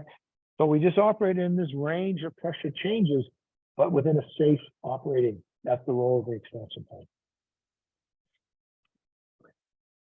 These are just a couple of pictures of an old steel compression tank. You get into some of the more common closed bladder tanks or diaphragm tanks. Here we're showing that centrifugal air separator, venting the air out. And then we have this pre-charged bladder tank that's going to be sized to support the system it's connected to. And what they're showing here is you got a bladder style that's kind of a full acceptance. And it's a bag. It's basically this big, heavy-duty butyl bag inside, connected to these flanges. And it's surrounded by the shell, which is pre-charged with air, typically nitrogen coming from the factory. So typically that bag is like all crunched up and surrounded by air. And then as the system heats up and the water expands, it starts to fill the bag. And as the bag's growing, it's squeezing the air. And as long as it's sized properly, that pressure increase is well below our relief valve and everything works. Diaphragm is usually, it's not a full acceptance, so it can only accept so much water, and then the other portion of that tank is going to be filled with that air charge. Same principle of volume of water, change in temperature. I got to keep that pressure increase below my relief valve setting. We'll get into that. We'll talk about the pre-charge and what that's all about. One interesting point, and it has to do with when these tanks, and this is just a simple little residential tank, but it could be these guys just as, and it should be these guys just as well. When they get attached to your system, any system you're designing, and the system's cold. You haven't introduced heat. The way they're sized is there should be no water in that tank. It's just the air charge. And it's sized to just accept that expanding volume of water. So it's very important that the air cushion charge and your fill valve charge, how do you fill your system? They got to work together. They're connected. And if there's a disconnect, you can have water coming into the tank while the system's cold. So now all of a sudden it's cold. You've got X number of gallons in here. Now you turn your boiler plant on. The water that you're heating and expands, and all of a sudden there's no room at the end. The tank's undersized, and the relief valve blows.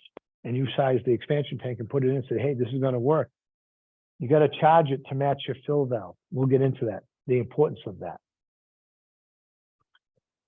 Fill valves, that's kind of leading into it. Their job is pressure reducing. They're taking typically city pressure and they're reducing it to some predetermined, pre-calculated fill pressure. What do I need to fill my system? It's a 2-story building, really huge, 10-story. What is it? That's the job of a fill valve, pressure reducing valve, automatic fill valve. And it's just it's a quick little drawing, but it's saying, hey, I'm down here in the mechanical room with my boiler, my cold water, my expansion tank, etc. How high up is the highest piece of radiation?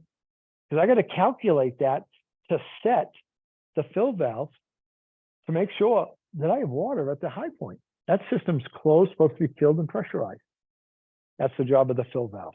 And we'll get into more detail as we get into week 3, air management. And it's a function of the height. And it's as simple as that. Sometimes we think past it and don't realize that. Because these tanks that come from the factory, they come at a certain pressure, but they don't know what building they're going into. So it's really important on day of installation that it gets set up properly so that it will work the way we intended, the way you guys sized them and selected them. Best place to locate fill valves, typically years ago would have been on the line going to these old steel tanks. On a closed loop, we want that pressure reducing valve somewhere close to this expansion tank. We'll get into details why, what the importance of that is. Commercially, they're showing right near my bladder style tank. Here's my air separator. Here's my vent. Here's my cold fill valve with my pressure reducing valve. Relief valves kind of sit off to the side on top of a heat exchanger or a boiler or whatever. Hopefully they're never active. That's the goal. But they are very important. They're ASME rated. The section 4 of the boiler and pressure code. But they have some responsibilities. It's got to do 2 things. It's got to be sized to handle what's the BTU capacity of the boiler you're connecting it to? How many millions of BTUs or thousands of BTUs does that boiler produce? And then what's the maximum pressure that that boiler is designed for? If it's a 30-pound boiler, that means I can't have system pressure higher than, ideally less than 30. So I might have to use a 30-pound valve. And then it's okay, well, what's the BTUs of the boiler? Because I got to make sure I can relieve. Because if that orifice can't release it when there's an issue, even though it is open and it's releasing, pressure's still continuing to build because it's not getting rid of it fast enough. So there's a dual function. Whatever the pressure setting is, I need to open.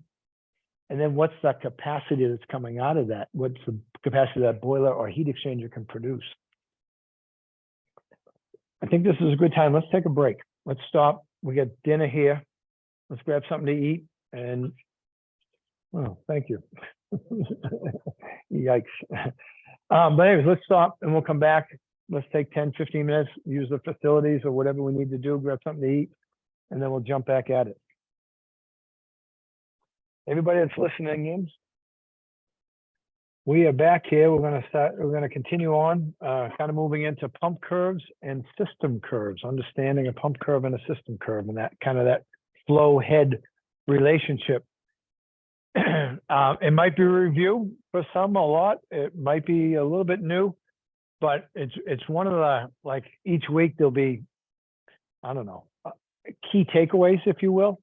And if you really understand the relationship, this whole thing called the system curve and how it interacts with the pump curve and how you can use it for design, for troubleshooting, for different pumping applications, control valve selection. There's a lot of value, a lot of benefits, but just understanding the relationship of flow rate and pressure drop, and then within a given system, how we can calculate perhaps unknown pressure drops. If we know a given set of factors, there's a mathematical relationship to calculate. So that's what we want to try to jump into right now.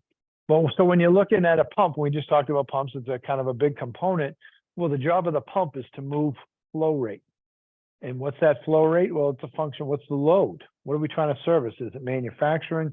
Is it comfort or conditioning of space, cooling or heating, whatever the case may be? And then as we move this water, once we determine what that load or flow rate needs to be, there's going to be resistance, going to be pressure drop. We've got to calculate that so that we select the right size pump so that when called upon, I'm moving the right flow rate of chilled water or hot water, and I'm overcoming the system's resistance to that flow. So I have the right size impeller, right size pump, right size horsepower, etc. So I can deliver, because at the end of the day, it's all about delivering, either cooling, take away the heat, or in the winter, delivering the heat to keep people comfortable. So a real, nondescript, pump curve, the bottom horizontal line, if you will, is going to typically what we're dealing with is going to be rated in flow rate in gallons per minute, GPM. And then on the vertical left-hand side, most times it's going to be total head in feet. And you get into the little fancy terms, foot-pounds per pound of water pumped. So we'll get into that. That's what we want to try to explain or define. So real quickly, hydronic system flow rate. As you're looking at that pump curve, what do we need? What's the flow rate? So start there. So just real quickly, some simple drawings with the saying, look at what's the flow rate in a hydronic system? Well, there's a couple of factors there to determine, what's the load, what's the temperature change, delta T. Specific heat, typically it's going to be, if it's water or glycol water for chilled water, it's typically a safe number to run with is 1 BTU per pound. Specific heat, if you're dealing with gasoline and you're in process or oil or something like that, you get different specific heat, and that would come into your calculation to size the equipment. But for basically what we're dealing with, heating and cooling, specific heat of 1. And then what's the load? Amount of heat or heat rejection required. And those factors will help us determine, okay, what's the flow rate? So it's just a quick little simple coil.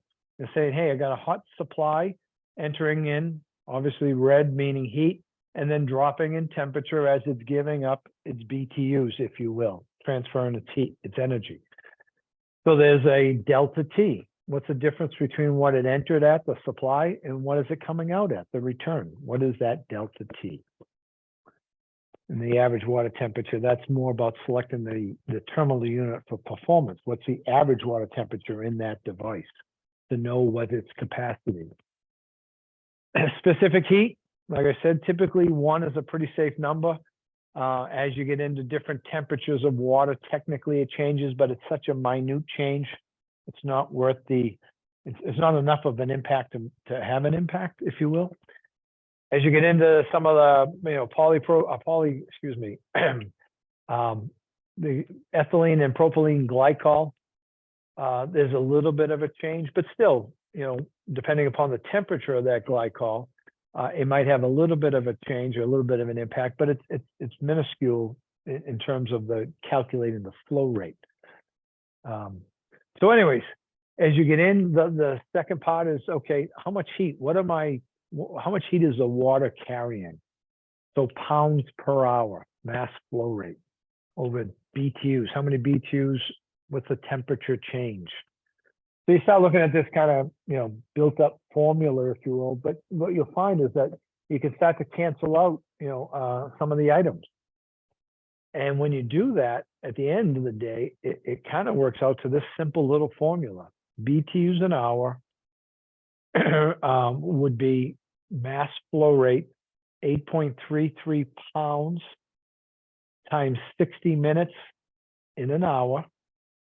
So 8.34 times 60 is 500 points. So we call that a quick number, 500, times the delta T. What's the temperature change that we just talked about? Maybe going into a coil and coming out of a coil.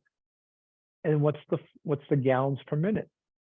Or spinning another way, you know, or whatever, we'll get into that. BTUs 500 times flow rate times delta T. So a pretty standard on the heating side of the business, not cooling, but on the heating side of the business, a 20-degree delta T is a pretty common selection.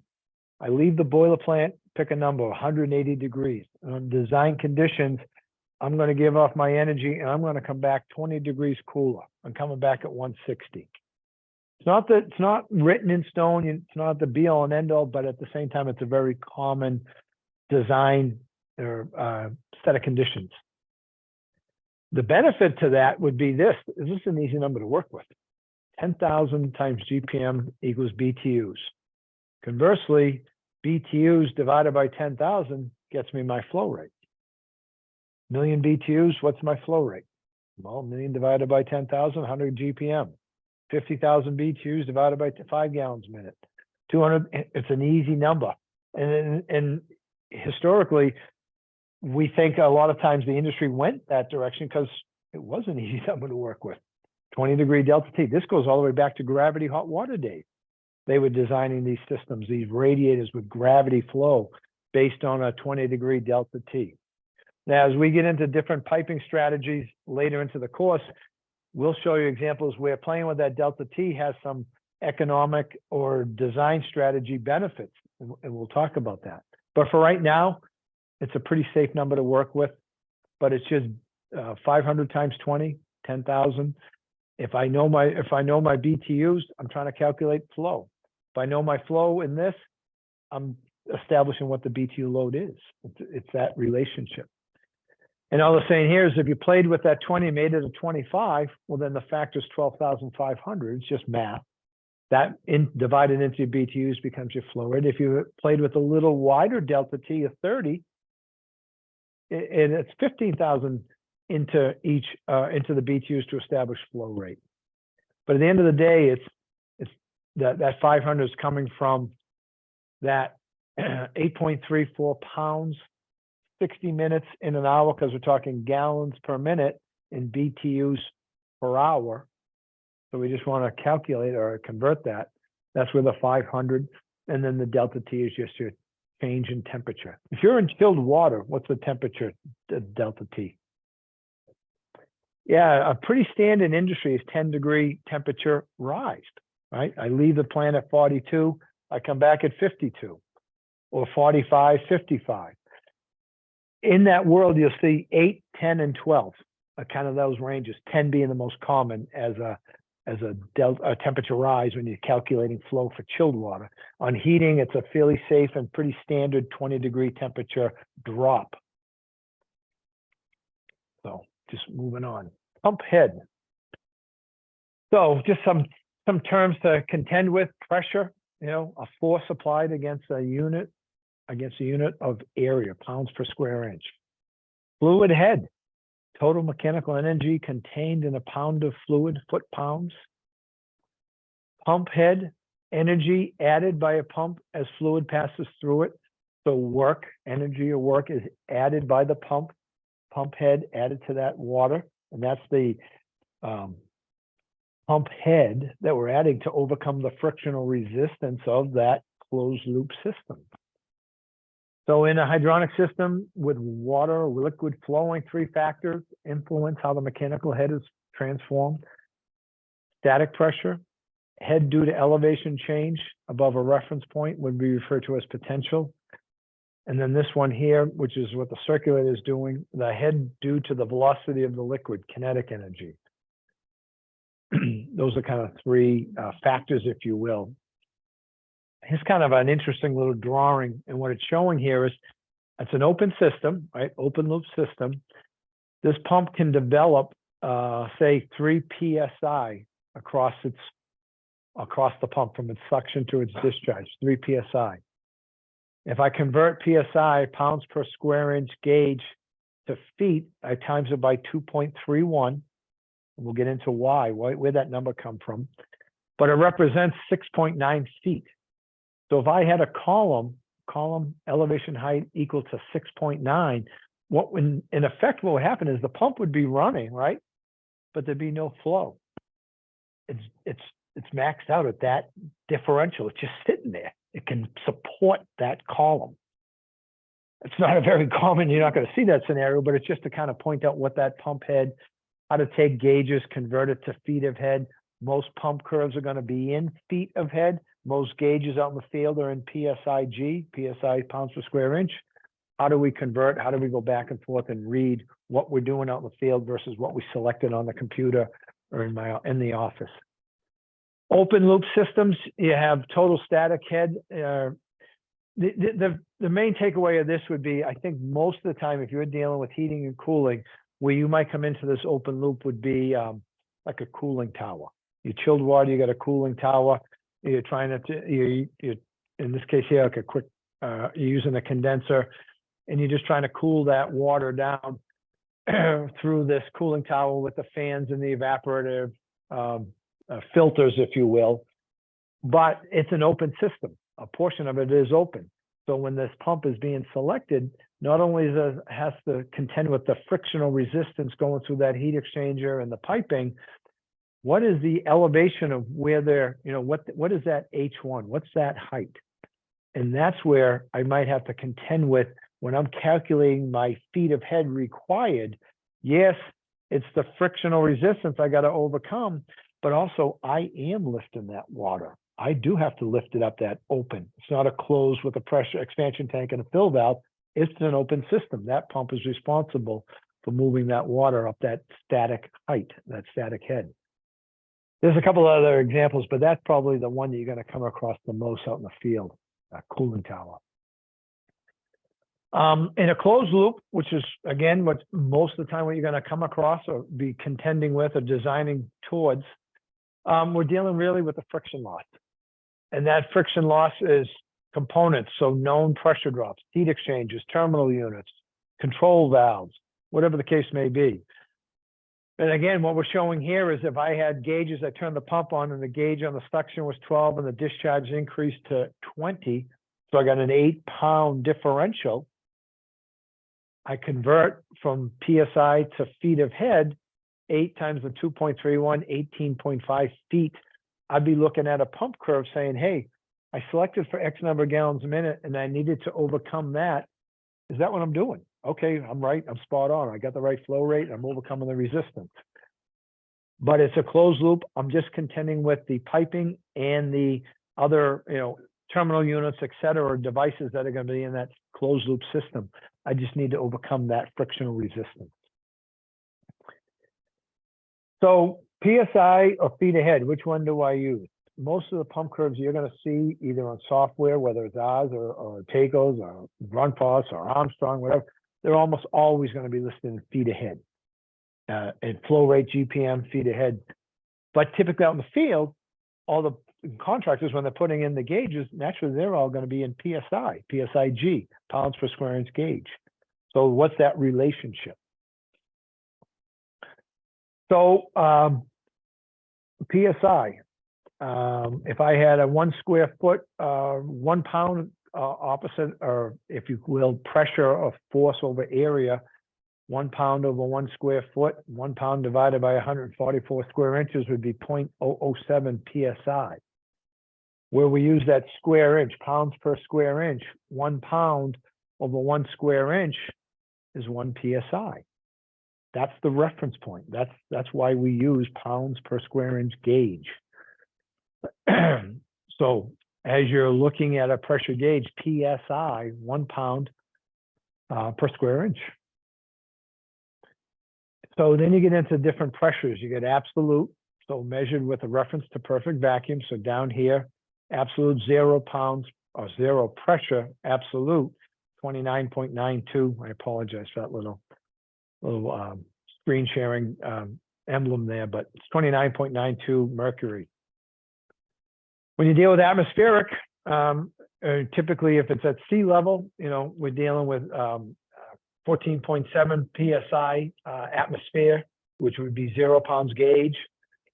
If you're dealing with gauge pressure, what is the pressure above atmospheric?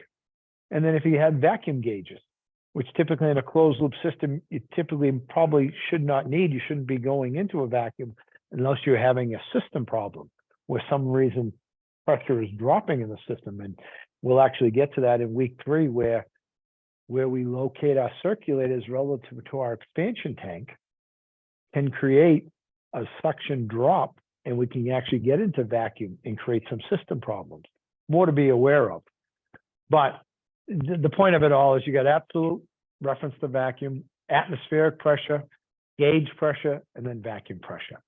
A lot of times the guys out in the field, when they're putting gauges on, say, an end suction base mounted pump, we'll always tell them to put a vacuum, like a combi gauge, vacuum pressure on the suction, and then pressure on the discharge.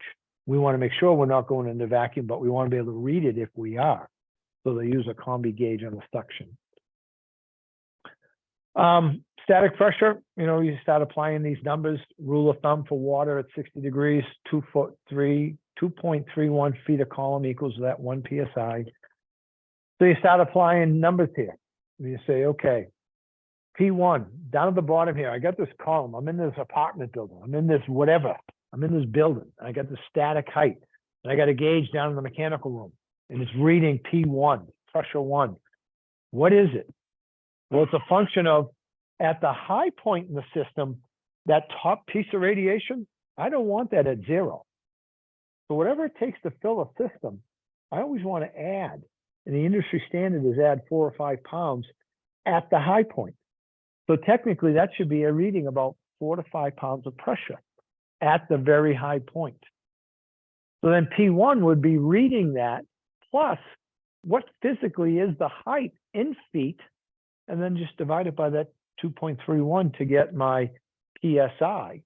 And that's what gauge P1 should be reading. It's as simple as that. I mean, it's a simple little drawing, but apply it to any building you're in. Whether it's doing a residential home, you get downstairs and look. You're in a big, building downtown Boston or, Portland, Maine, or wherever we are.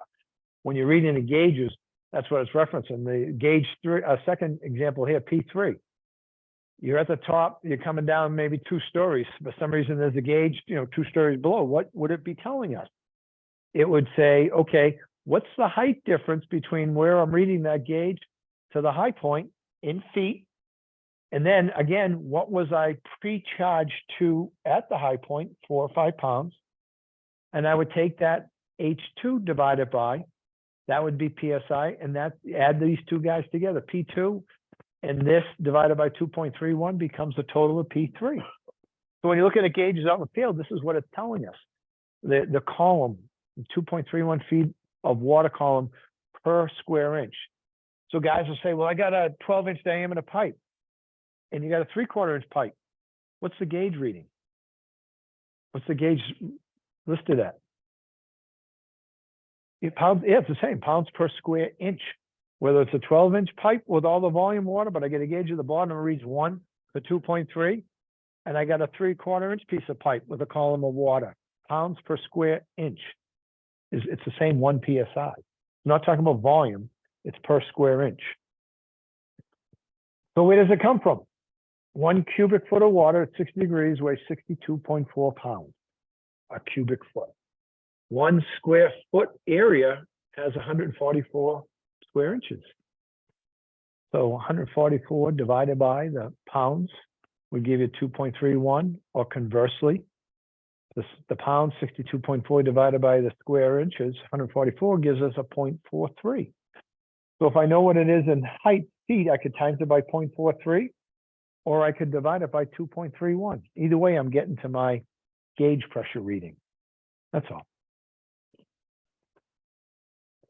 So just to beat a dead horse here, but it's just that conversion, especially when we're dealing with, now as you get into different temperatures, there's a subtle difference, but again, not enough of a difference to make, reinvent the wheel. But 1 PSI at the base of a 2.31 column, 1 pound per square inch. This is a kind of a silly picture, but what it's trying to show here is if you had gauges in the system, so water's flowing, and there's a gauge at some point in the system, and somewhere else out in that system, you have another gauge, and that pressure would be reduced. All it's showing us is that pressure drop is evidence energy is consumed to move the fluid. So pressure drop is evidence pump head is being used up. So when I'm sitting down in that mechanical room and I have those two gauges and I turn the pump on and there's an 8-pound, 20-pound, 100-pound differential, that 100-pound differential, as you work your way through the system, that number's lowering. That 100-pound difference, whatever that differential is, it's highest right there.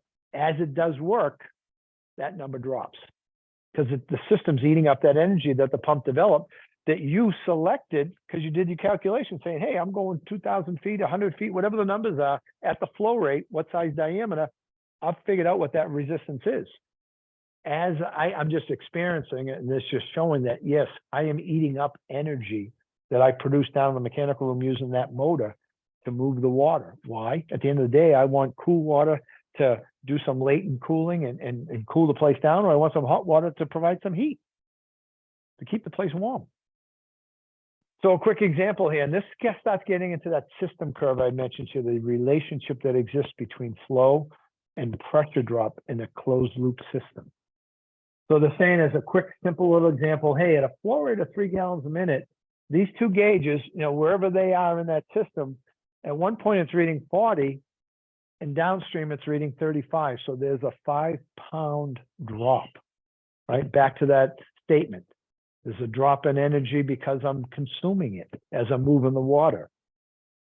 What they're talking about here is there's this formula, Fanning's formula, is this squared relationship between the change in flow and what the corresponding pressure drop will be. If I increase flow or I decrease flow within that system, I can calculate what the new flow is going to be. It's really, it's not that, it's kind of confusing maybe initially, but it's really not, but it's really important to understand it, and really to get it. So as a quick example, to run through an example, if I was to take that 3 gallons a minute in that same piping network and I double the flow, so I went from 3 GPM to 6 GPM, what would the new pressure drop be? Well, what they're referring to is if I take this formula and apply it, I can calculate exactly what it's going to be. And so what they're calling out these Q2, Q1 are flow, known flow, the design, and what is my new, and then the known or design head, and what's my new pressure drop, my new head loss. What they say here is let's fill it in. So Q2 divided by Q1. So Q1 is what? What's my known? 3. What's my Q2? 6. So 6 over 3, 6 divided by 3 is 2. I square that, so 2 times 2 is 4, times my original H1, which is 5 PSI. So if I double the flow rate, I'm quadrupling the head loss. There's a squared relationship between the change in flow and the change in head loss. So that little formula right there kind of unlocks building this, understanding this system curve and how it intersects a pump that you have out in the field or that you selected and is going to operate in your system, what that relationship is. Change the flow, I can calculate the new pressure drop. Conversely, go the other way. 3 gallons a minute and I reduce it to 1.5. So I cut it in half. Think of what I do to the pressure drop. I'd go the other way, right? I'd drop it by a squared relationship. So then now get into why do we sell VFDs? Why do all the pumps have to have VFDs now? Because of ASHRAE energy 90.1, but because as you start to change the flow, especially in a reduction, you're consuming less energy. The pump head goes down and then the horsepower is a cubed relationship. So if you can really reduce the load of the horsepower, which means the kW coming into the building, so that's why the client benefits from having these VFD drives on all of these closed loop heating and cooling systems, is as the load changes and I can lower the speed of the pump, I use less energy, I have a low electric bill. At the end of the day, that's what the building owner or consumer wants. So the VFDs take advantage of this thing called the pump affinity laws. We'll get into it next week a little more deeper. But this is kind of a pretty good takeaway. System curve relationship to flow and head. So pressure drop, friction loss, and flow rate relationship. And it's almost like a little bit of a ski slope, if you will. As you increase that flow, that head loss takes off because it's that squared relationship. And again, here's that formula. So this just gives us a quick example. Say I had a system, I designed it. You guys sat down and designed a calculation, said, look, at 200 gallons a minute at 30 feet ahead. That's my known condition. And I want to plot a system curve. Well, I can either sit there with a calculator and use this formula and arbitrarily pick different flow rates and what the corresponding new head loss would be. I could use that scale 5, which we'll jump into probably pretty quickly. That system calculator, it's a pretty useful tool. That scale 5 is all about this formula.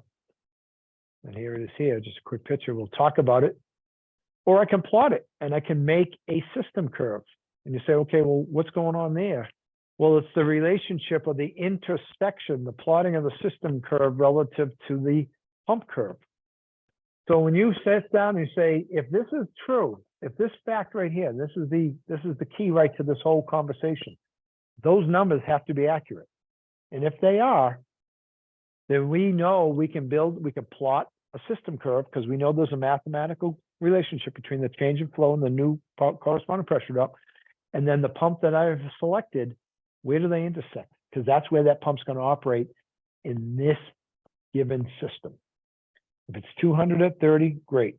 If it's something different, I'll find out where it's going to operate because that system curve, it's true as long as that 230 is accurate. If you're plotting that system curve for an open, and here's that cooling tower we kind of talked about a couple minutes ago, they're saying, hey, my condition's still 200 at 30 as far as frictional, but I have this built-in constant 10-foot static. So when you look at a pump curve and you start to build that pump curve, look where you're starting from. You're not starting at 0 anymore. You're starting with the built-in constant head loss of that 10 feet. So then you plot your curve. So now that 200 is intersection, really, it's at 40 feet. Because it's 30 feet of the pump's frictional resistance, but it has to account for that constant 10-foot static lift in that open loop system. So we're going to get into this in a little bit, but all it's talking about is when you're calculating fluid head loss in a pipe, how much over a given distance. An industry standard says friction loss per 100 feet. We'll get into that with that little system Syzer. And when selecting pipe size, a friction loss greater than 4 to 4.5, maybe 5 per 100 feet, that's probably on the high side. We typically don't want to pick a pipe that's going to offer more resistance to this closed loop system than around 4.5 feet per 100 feet. So a quick example would be, I got a 2-inch copper pipe and I'm pumping 30 gallons a minute. What's the BTUs of this? If this was a heating system coming out of a boiler plant, what's the BTUs of 30 gallons a minute? Now, the quick answer would be this. What's your delta T, George? Right? Because if it's 20, which we said kind of as a rule of thumb, it's a pretty safe number to work with, it'd be 10,000 times 30. It's 300,000 BTU boiler plant, a boiler or a couple of 150s together. But I got 30 gallons a minute, 300,000 BTUs through 2-inch copper pipe. I look at my calculation. I say, okay, I got a friction loss of about 2 feet per 100 of equivalent straight run. So that certainly falls below that 4.5. That would be a good selection. And what it's talking about is as you're calculating, hey, I got 1,000 feet of pipe. So if it's 2 feet per 100, what is the total pressure drop? 2 times 10, right? 2 times 10 is 20 feet. So I got to pick a flow rate of 30 and overcome 20 feet. So when I go to buy my pump and I go to select it, specify it, design it, I got to make sure I meet those two conditions. 30, that's my BTUs flowing out, and my resistance is 1,000 feet of pipe, 2 feet per 100, 20 feet of resistance.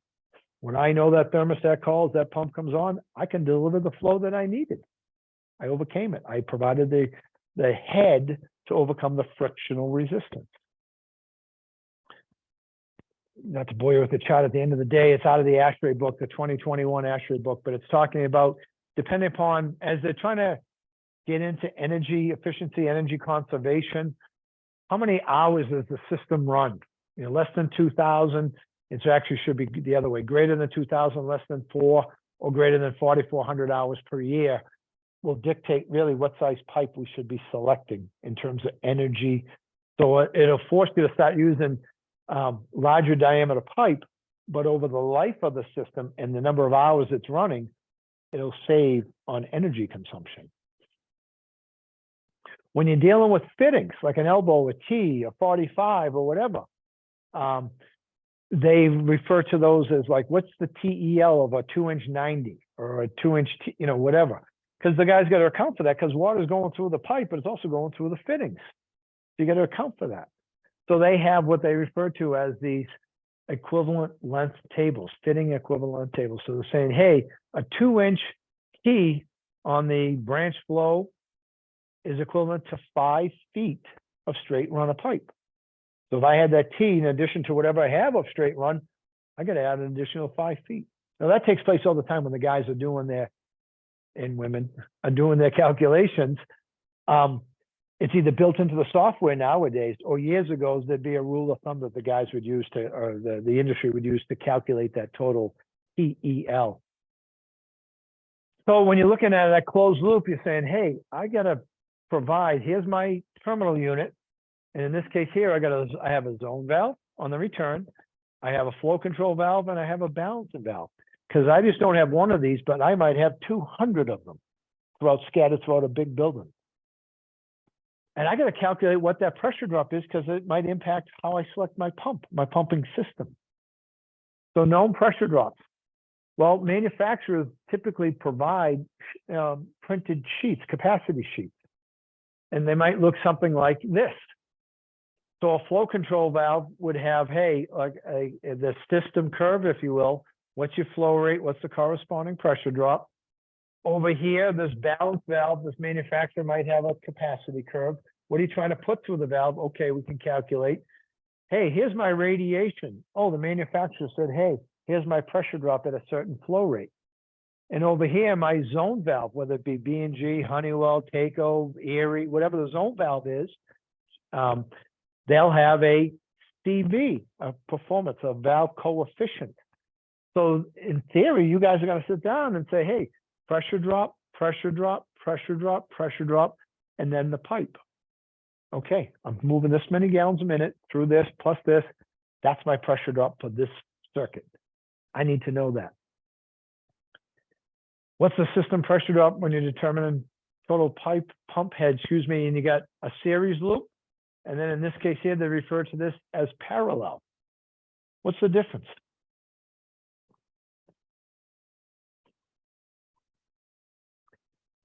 This pump, when he turns on, all of the water is going through all of the terminal units, one after the other, in series.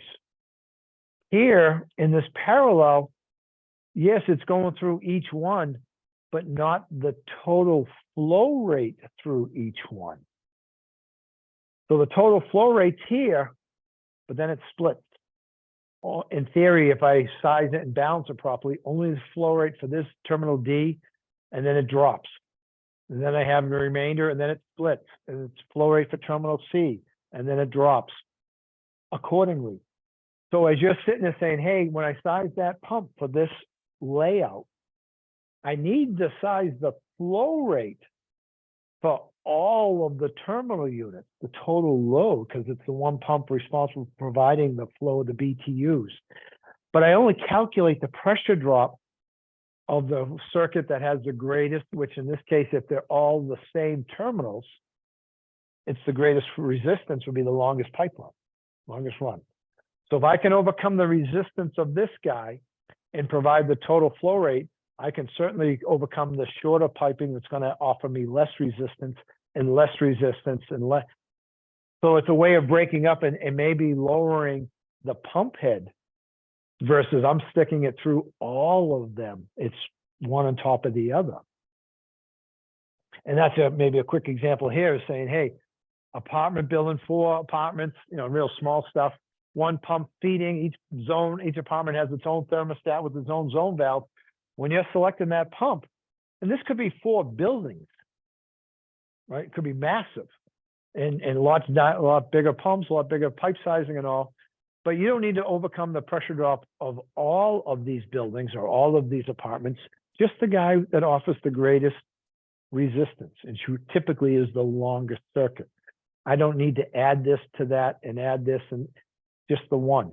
But I do need to provide the flow rate of all 4. Because if they're all calling, I got to have it there for all 4. I just need to overcome the resistance of this guy, the guy with the critical circuit pressure drop, they'll call it. So system curve is going to intersect the pump curve. Let me see how to read a pump curve. So this happens to be just one of those end suction base mounted pumps called the 1510. Here's that example I think I showed you right at the beginning, where you could have a full size impeller diameter or full size wheel, sometimes is the term they might use.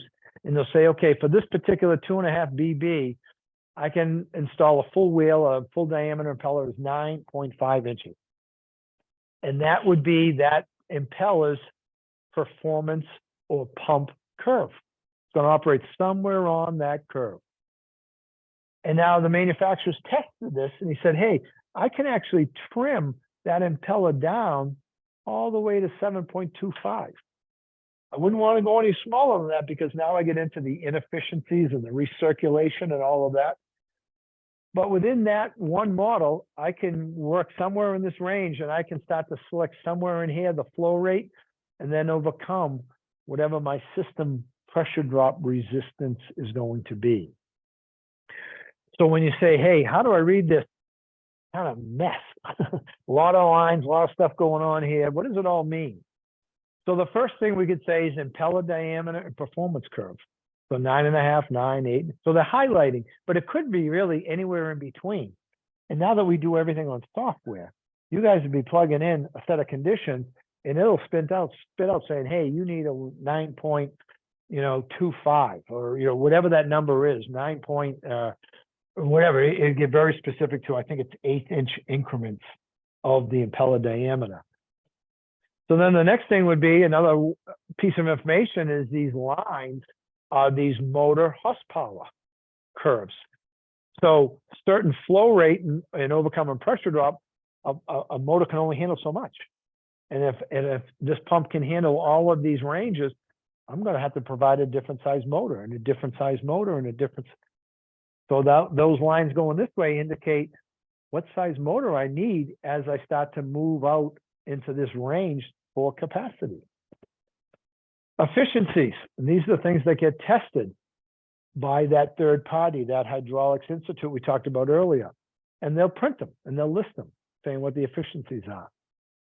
BEP, best efficiency point. Not that it's theoretical, but you don't have to always live right there. But it gives you a good starting point, and then where you want to select, give or take from that point. These efficiency islands, it gets into a little bit of a design strategy. We'll talk a little bit about it next week, where like in a heating system where you have multiple zones, multiple loads that are constantly calling and stop calling and calling and stop calling. So almost never are you operating right there all the time because the load isn't always there. So if you're trying to pick an efficient pump, maybe you don't have to pick the worst case scenario. Maybe start picking one of these within this efficiency island. How many hours at this range? How many hours at, and there's software that actually plugs it in and say, hey, when I pick my pump for the certain flow rate and head, apply PLEV, part load efficiency value. And that leads to these efficiency islands. And out of 100%, if 60 to 70 to 80%, I'm somewhere out of here, I want to make sure I'm picking that pump as efficiently for the majority of the time. Again, it's all about energy savings and economics with electrical costs. One thing that we haven't talked about, we'll get into it a little bit probably on week 3, is that net positive suction head, NPSH. In this case here, R stands for required. So the manufacturer tests his pump and he says, okay, as you're moving this flow rate through my pump, I'm going to experience a certain pressure drop, and I got to make sure I have at least this kind of positive pressure on the water as it comes into the eye. There's pressure drop. They test for it. They say, hey, make sure that that water is over whatever this pressure drop is, so I have leftover pressure, so I don't flash into vapor. I want to prevent cavitation. We said the word cavitation before. It's all about this. I got to make sure I'm high enough, the pressure of that liquid is high enough that I don't cavitate. I don't flash into vapor, because all of a sudden now the pump's pumping vapor and it can't. And then you lead into cavitation. It sounds like it's beating itself up. I'll show you a quick example. This is an impeller that experienced serious cavitation, and it fell apart. It beat itself up. And what's happening is, when it cavitates, it has these vapor bubbles. Small little bubbles form. They come out of solution because the pressure has dropped. So you're either dealing with really hot water, you're dealing with a pump that's operating way, way out of its curve, and you start to see this required takes off, really climbs. And if you don't have that, it'll cavitate. So these vapor bubbles form, and as they get flung along the veins with the other part that's still staying liquid, they get pressurized, and those bubbles collapse. And when they collapse, it's water hammer, and it beats itself. It's unbelievable, the pressure, and it's a nanosecond. I mean, but there's thousands of them happening. And over time, that's extreme, but it beats itself, so it would damage the pump and the impeller and the bearings and all that crazy stuff. So that's an extreme, but that's what cavitation will do to pumps. So we want to try to avoid that. And most of our closed loop systems, we do, but it's just, that's when you're looking at this curve and you get all this stuff going on over here, that's what they're referring to, that NPSH required. As a general theme, what they're saying here is, okay, what are my operating ranges? When I go to pick a pump and I'm not maybe right there, what's acceptable? ASHRAE, Hydronics Institute, these various governing boards, they come up with these consensus, and they'll typically say from that BEP, a little bit less, ideally best practice is minus 15% less than, and over 5% over is best practice. Going from best to pretty good to good, it's okay, it's acceptable. It's a little broader range saying, hey, as low as 30, 33, 34% less than, and as high as 15%. But it gives you an idea that you really don't want to go that way, and you really don't want to go this way, outside of that range. And again, software comes into play nowadays. It takes a lot of this guesswork, but that's why when you go to pick a pump and you say, hey, I want efficiency, or hey, I want PLEV, or hey, I want price, what's my factor? What's my governing? What's my top bullet? One of those factors will be, these efficiencies. Where is it operating? And it might push you to like a bigger or smaller pump to stay within this best or good practice slope, if you will. So you can see as you start moving out to the right here, low bearing and seal life, but there's that word cavitation again. Because if you think about this curve here, as you get out here, look what happens to that required. It starts taking off. That's the reason. So just real quick, a comment on horsepower. You have a water horsepower and you have a brake horsepower. And kind of the description would be the water horsepower by the pump to provide the water horsepower. The brake horsepower saying, hey, that's the electric bill. That's what I'm paying to the utility. Because there are some inefficiencies between theoretically what I need and then when I turn it on, what happens?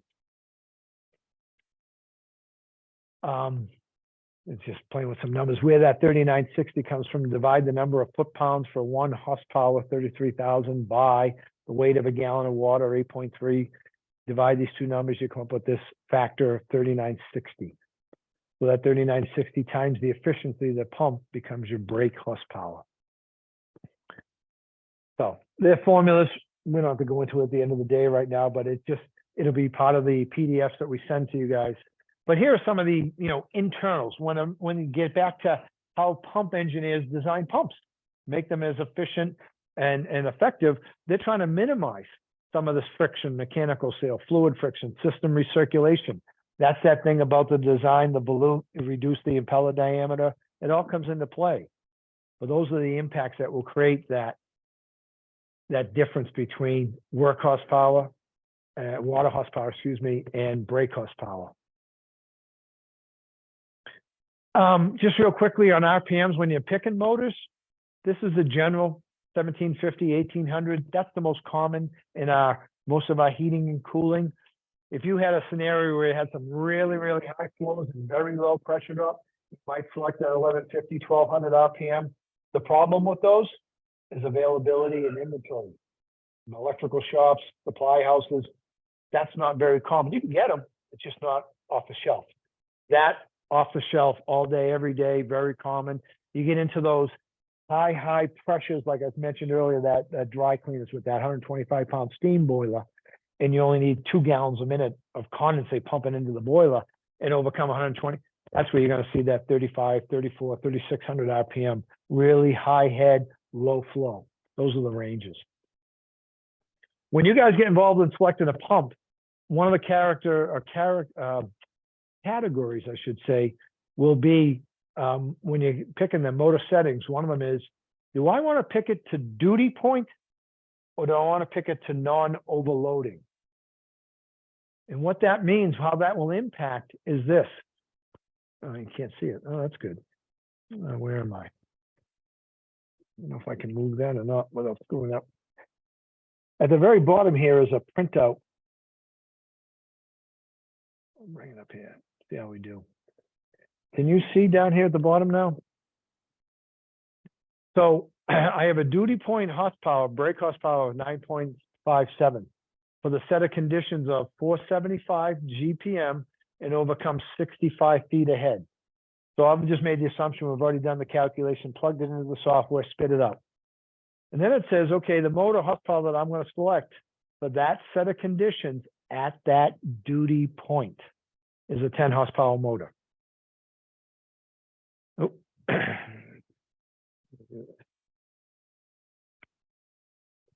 And here's the pump curve. And here's that little red kind of pointer, if you will. And it's saying 465 at, or whatever it was, 475 at 65 feet ahead. And you'll notice that my horsepower, my 10 horse is right here, those dash lines. And it works perfectly fine at that duty point. As long as I don't vary, don't move from that, I'm golden. In reality, especially in, like if this was manufacturing, you were going from here to there to some heat exchanger, some plate, something right back, pretty good chance nothing's changing. That'd be fine. But you get into this big hospital, this big college dorm, this whatever, and you get all these variables. It's very rare that you're going to be right there all the time. It's going to change. So the other option is when you go to pick the pump and the motor, you pick it for what they refer to as non-overloading. So then you'll still 475 at 65, the brake horsepower is still that 9.57. But he's telling us we need a 15 horsepower motor for the non-overloading. And what we mean by that is if this impeller curve at this diameter starts to cross that 10 horsepower, see if it starts to drift away from the 475, it exceeds what that motor is capable of. Now I'm overloading. I might be tripping circuit breakers. I'm overheating. I'm over amping. But if I pick a 15, I'm completely safe. If I happen to drift out here, I'm doing more than maybe I want, but I'm not damaging. I'm not shutting the motor down. I'm not overheating it. I'm not tripping the circuit breaker. So they'll call that a non-overloading selection versus a duty point. Just something to be aware of. Most of your closed loop heating and cooling will be non-overloading because you get so many variables, so many fan coils, so many zone valves opening and closing. You're relying on the installation to go exactly according to the drawing and all those factors. So it's a pretty safe selection. That's just the specific gravity. Again, talking water, we're talking one. They're just giving us some crazy different examples: alcohol, vegetable oil, dish soap, molasses. There's different specific gravities that will impact how we read what our flow rate really needs to be. I might need more because of the density. Compared to water, I want to know what the specific gravity is of these different components if I happen to be pumping those liquids.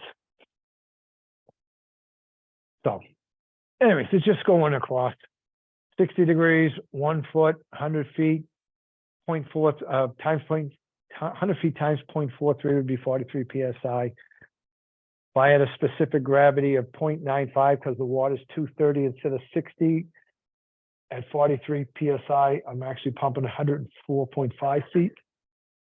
If I had 40-degree glycol, ethylene glycol water mixture, and I have a specific gravity of 1.07, a 43 PSI would really be 92.8 feet. So they'll be different because of that density or specific gravity of the fluid. So at the end of the day, why do we use feet ahead instead of PSI on a pump curve? In this case here, we're saying the water is 60 degrees. I'm creating a 80-pound suction, a 92.9, so a 12.9 differential across that pump, suction and discharge. When I start plugging in the numbers, which again, you're not going to ever have to do, it's going to be on the computer, but this is what's going on when you do plug in these numbers. The weight divided by the 144 square inches, it means 0.43 PSI per foot. We can convert, we can say, okay, 12.9 times 30 feet or 12.9 times 2.31 equals 30 feet. So I'm using 30 feet across this with 60-degree water. If I had that same pump and I looked at it and I was using 300-degree water that has a density here, not 62.3, but 57.31, my calculation is different. I still only have a 30-foot differential across the pump. So when I go to my pump curve, still looking at 30 feet. But my PSI across my gauges might be slightly different because my fluid density is different because I'm dealing with 300-degree water versus 60-degree water.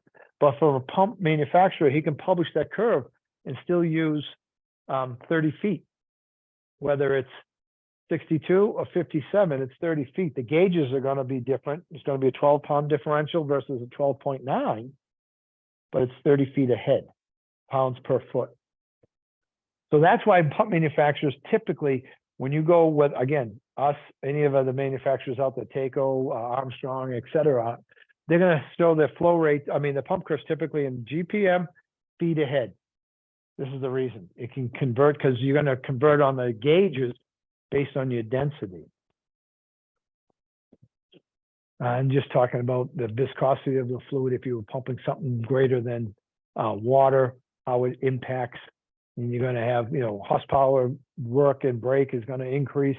The efficiency of the pump starts to drop. You hear the expression, the pump you're selecting, is that a flat curve or is that a steep curve? Am I picking a pump with a high steep curve or a flat? Now, at the end of the day, say this is what you're chasing after. This is the flow rate, and I'm trying to overcome that frictional resistance. So the BEPs right here, and you see that both manufacturers of both curves meet there, but one's referenced as the flat and one's referred to as a steep. And technically, it actually gets into the impeller design as well. What would create a higher head versus a flatter head, lower head, more GPM. But what the industry says, to reference a flat curve versus a steep curve, rise in head from BEP to no flow. When they say no flow, they're saying, hey, close the discharge of the pump, the discharge valve, and run it. What's the differential that you create? It's going to be more than when you're operating because there's no frictional resistance, right? You're not moving the water. That's my maximum head. If that head only climbs 20% or less, that would be referenced in the industry as a flat curve. When I do this with a different curve, we'll call it a steep curve, and that rise in head from BEP is more than 20, so it climbs up into this range here. Now we're going to start to categorize or call that a steep or steeper curve. So historically, the industry might say, when you're when you're designing these closed loop heating and cooling systems, that flatter curve just might be a little more system friendly. Some of that's starting to change because nowadays, almost all of the pumps that you guys are going to design and specify and have installed probably going to have drives on them. They're all going to have some type of energy savings. They're going to have a variable frequency drive. So that fixed curve really can start to move, whether it's a steep or more of a flat. But it's another term you want to be aware of if you're on the game of hydronics and you're selecting pumps, and that conversation question comes up. Hey, did you give me a steep curve of what is he talking about? It's this. It's a relationship of deadhead moving off of BEP for that one selection. And then the other thing would be, you pick a pump for the conditions. How low can you go? What's the minimum requirement that the manufacturer wants to see?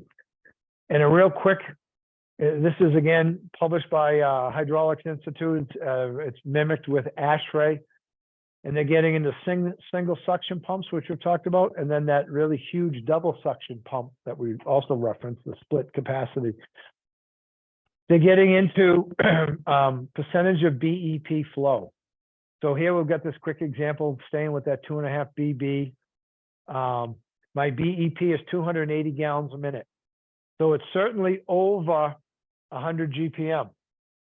So in this category, I'm going to say, okay, what's the percentage of BEP? As long as I'm at least 20% of that, I'm okay. So I'm getting into variable speed, and I'm ramping it down, and I'm speeding it up, and I'm moving, and my valves are opening and closing. How safely can I back this thing down? So when you just apply the math, they're saying, hey, somewhere around 56 gallons a minute, up to 280, that's a pretty safe range. That's how you're going to move back and forth. So it's a standard. What's the minimum flow required for a pump? This whole calculated system curve. So you're sitting in your office and you're doing a calculation. You're saying, hey, I need a certain flow rate. Picking a 9-inch wheel. I want this particular flow right here. So it's 220, 40, 68, 280 gallons a minute. And I think I'm going to need to overcome around, whatever that feet ahead is, 70, 75 feet, something like that. Now the pump goes in, they turn the system on, and all of a sudden there's not 75 feet of resistance. So the pump moves out on its curve. And it starts pumping more GPM. So now it's pumping around 320 instead of maybe that 280, moving more than it needs to. Historically, what we would then typically do, that's where that triple duty valve would come in. And you'd start to crank him down. And you'd add an additional 8 feet, which pushes him back to the 280. And that's okay. What's happening, though, is like ASHRAE, energy conservation, is that the best thing? Maybe we just shouldn't put this pump in, or that impeller. Maybe we should use a smaller diameter impeller because the actual system conditions aren't 280 at, say, 75. It's something less than that. We're sitting in the office, we're kind of covering our tail. We want to make sure it's going to work. We give it a little more than we need. So sometimes, just showing here, oh, excuse me, let me get back.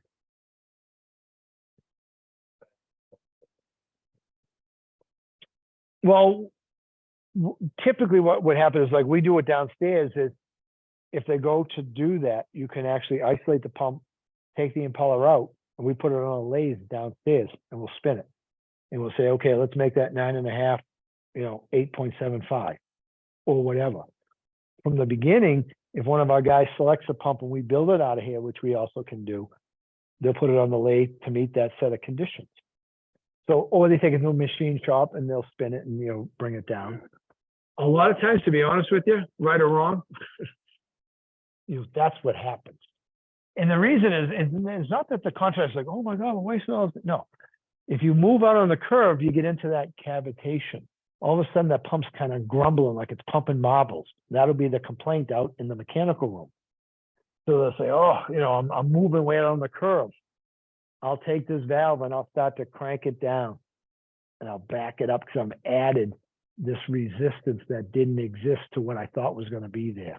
It happens all the time. So there's this theory, then there's reality. Sometimes you try to make a match, but sometimes they don't. Anyways, right now I'm just saying a lot of stuff to you guys, and it's all at the end of the day. Real quick, let's finish with this: riding the pump performance curve. So here I have this published pump curve, and what they're saying here is at shutoff. And what do they mean by shutoff? I turn the pump on and the valves are closed. Now I wouldn't want to do that long term. I don't want to damage a pump, especially the big pump that can create a lot of energy, get a big horsepower. But I get shut off. So I'm developing the maximum differential with no flow. And then as I open the system and I have a X number of feet of pipe attached to me, I'm moving out on the curve, moving more GPM, developing less pressure differential because now I'm starting to see the system. As that system pressure drop increases because the piping is less, I move out on the curve so that I can pump more GPM because I don't have as much resistance. So I move out on the curve. And then the last part would be, hey, if I had no frictional resistance, so how would I do that? Normally in a system you wouldn't, but if I had this constant level of water at my suction and I was just discharging out, that would be my maximum flow rate at no system pressure drop. So that would be one extreme, all the way back up with the valve closed. That's the other extreme. And typically you're operating somewhere on that curve. We talk about the BEP and efficiencies and try to do the best job we can to pick the right pump and all that. Let's get out of here. It's a little after 7. You should see how you all look right now. You're ready to kill me. And I don't blame you. But anyways, week 1, we'll get these slides converted to PDFs. We'll create a Dropbox link and get them emailed to everybody, both our virtual remote attendees as well as everyone here. You don't have to bring the catalogs back next week. You certainly can if you want, but you don't have to. We're just going to move on to week 2 in the subject. I apologize that we didn't get to this, so I'll probably hit you with like 5 or 6 minutes at the very beginning of next week. If you want to just bring the system size, you can. If not, I'll just go through it and show it to you. One of the manuals that are in here, just so you know the reference right now, just know you have it. There's actually a manual written for the wheel. So if you want to know how to use the 5 scales, they describe how to use each scale and how it relates to GPM, BTUs, flow rate, pressure drop, valve sizing. Some pretty good information. But anyways, I just want to say thank you for putting up with me. Thank you, and we'll see you guys all next week. Have a great week. I think the weekend's supposed to be pretty good, so finally.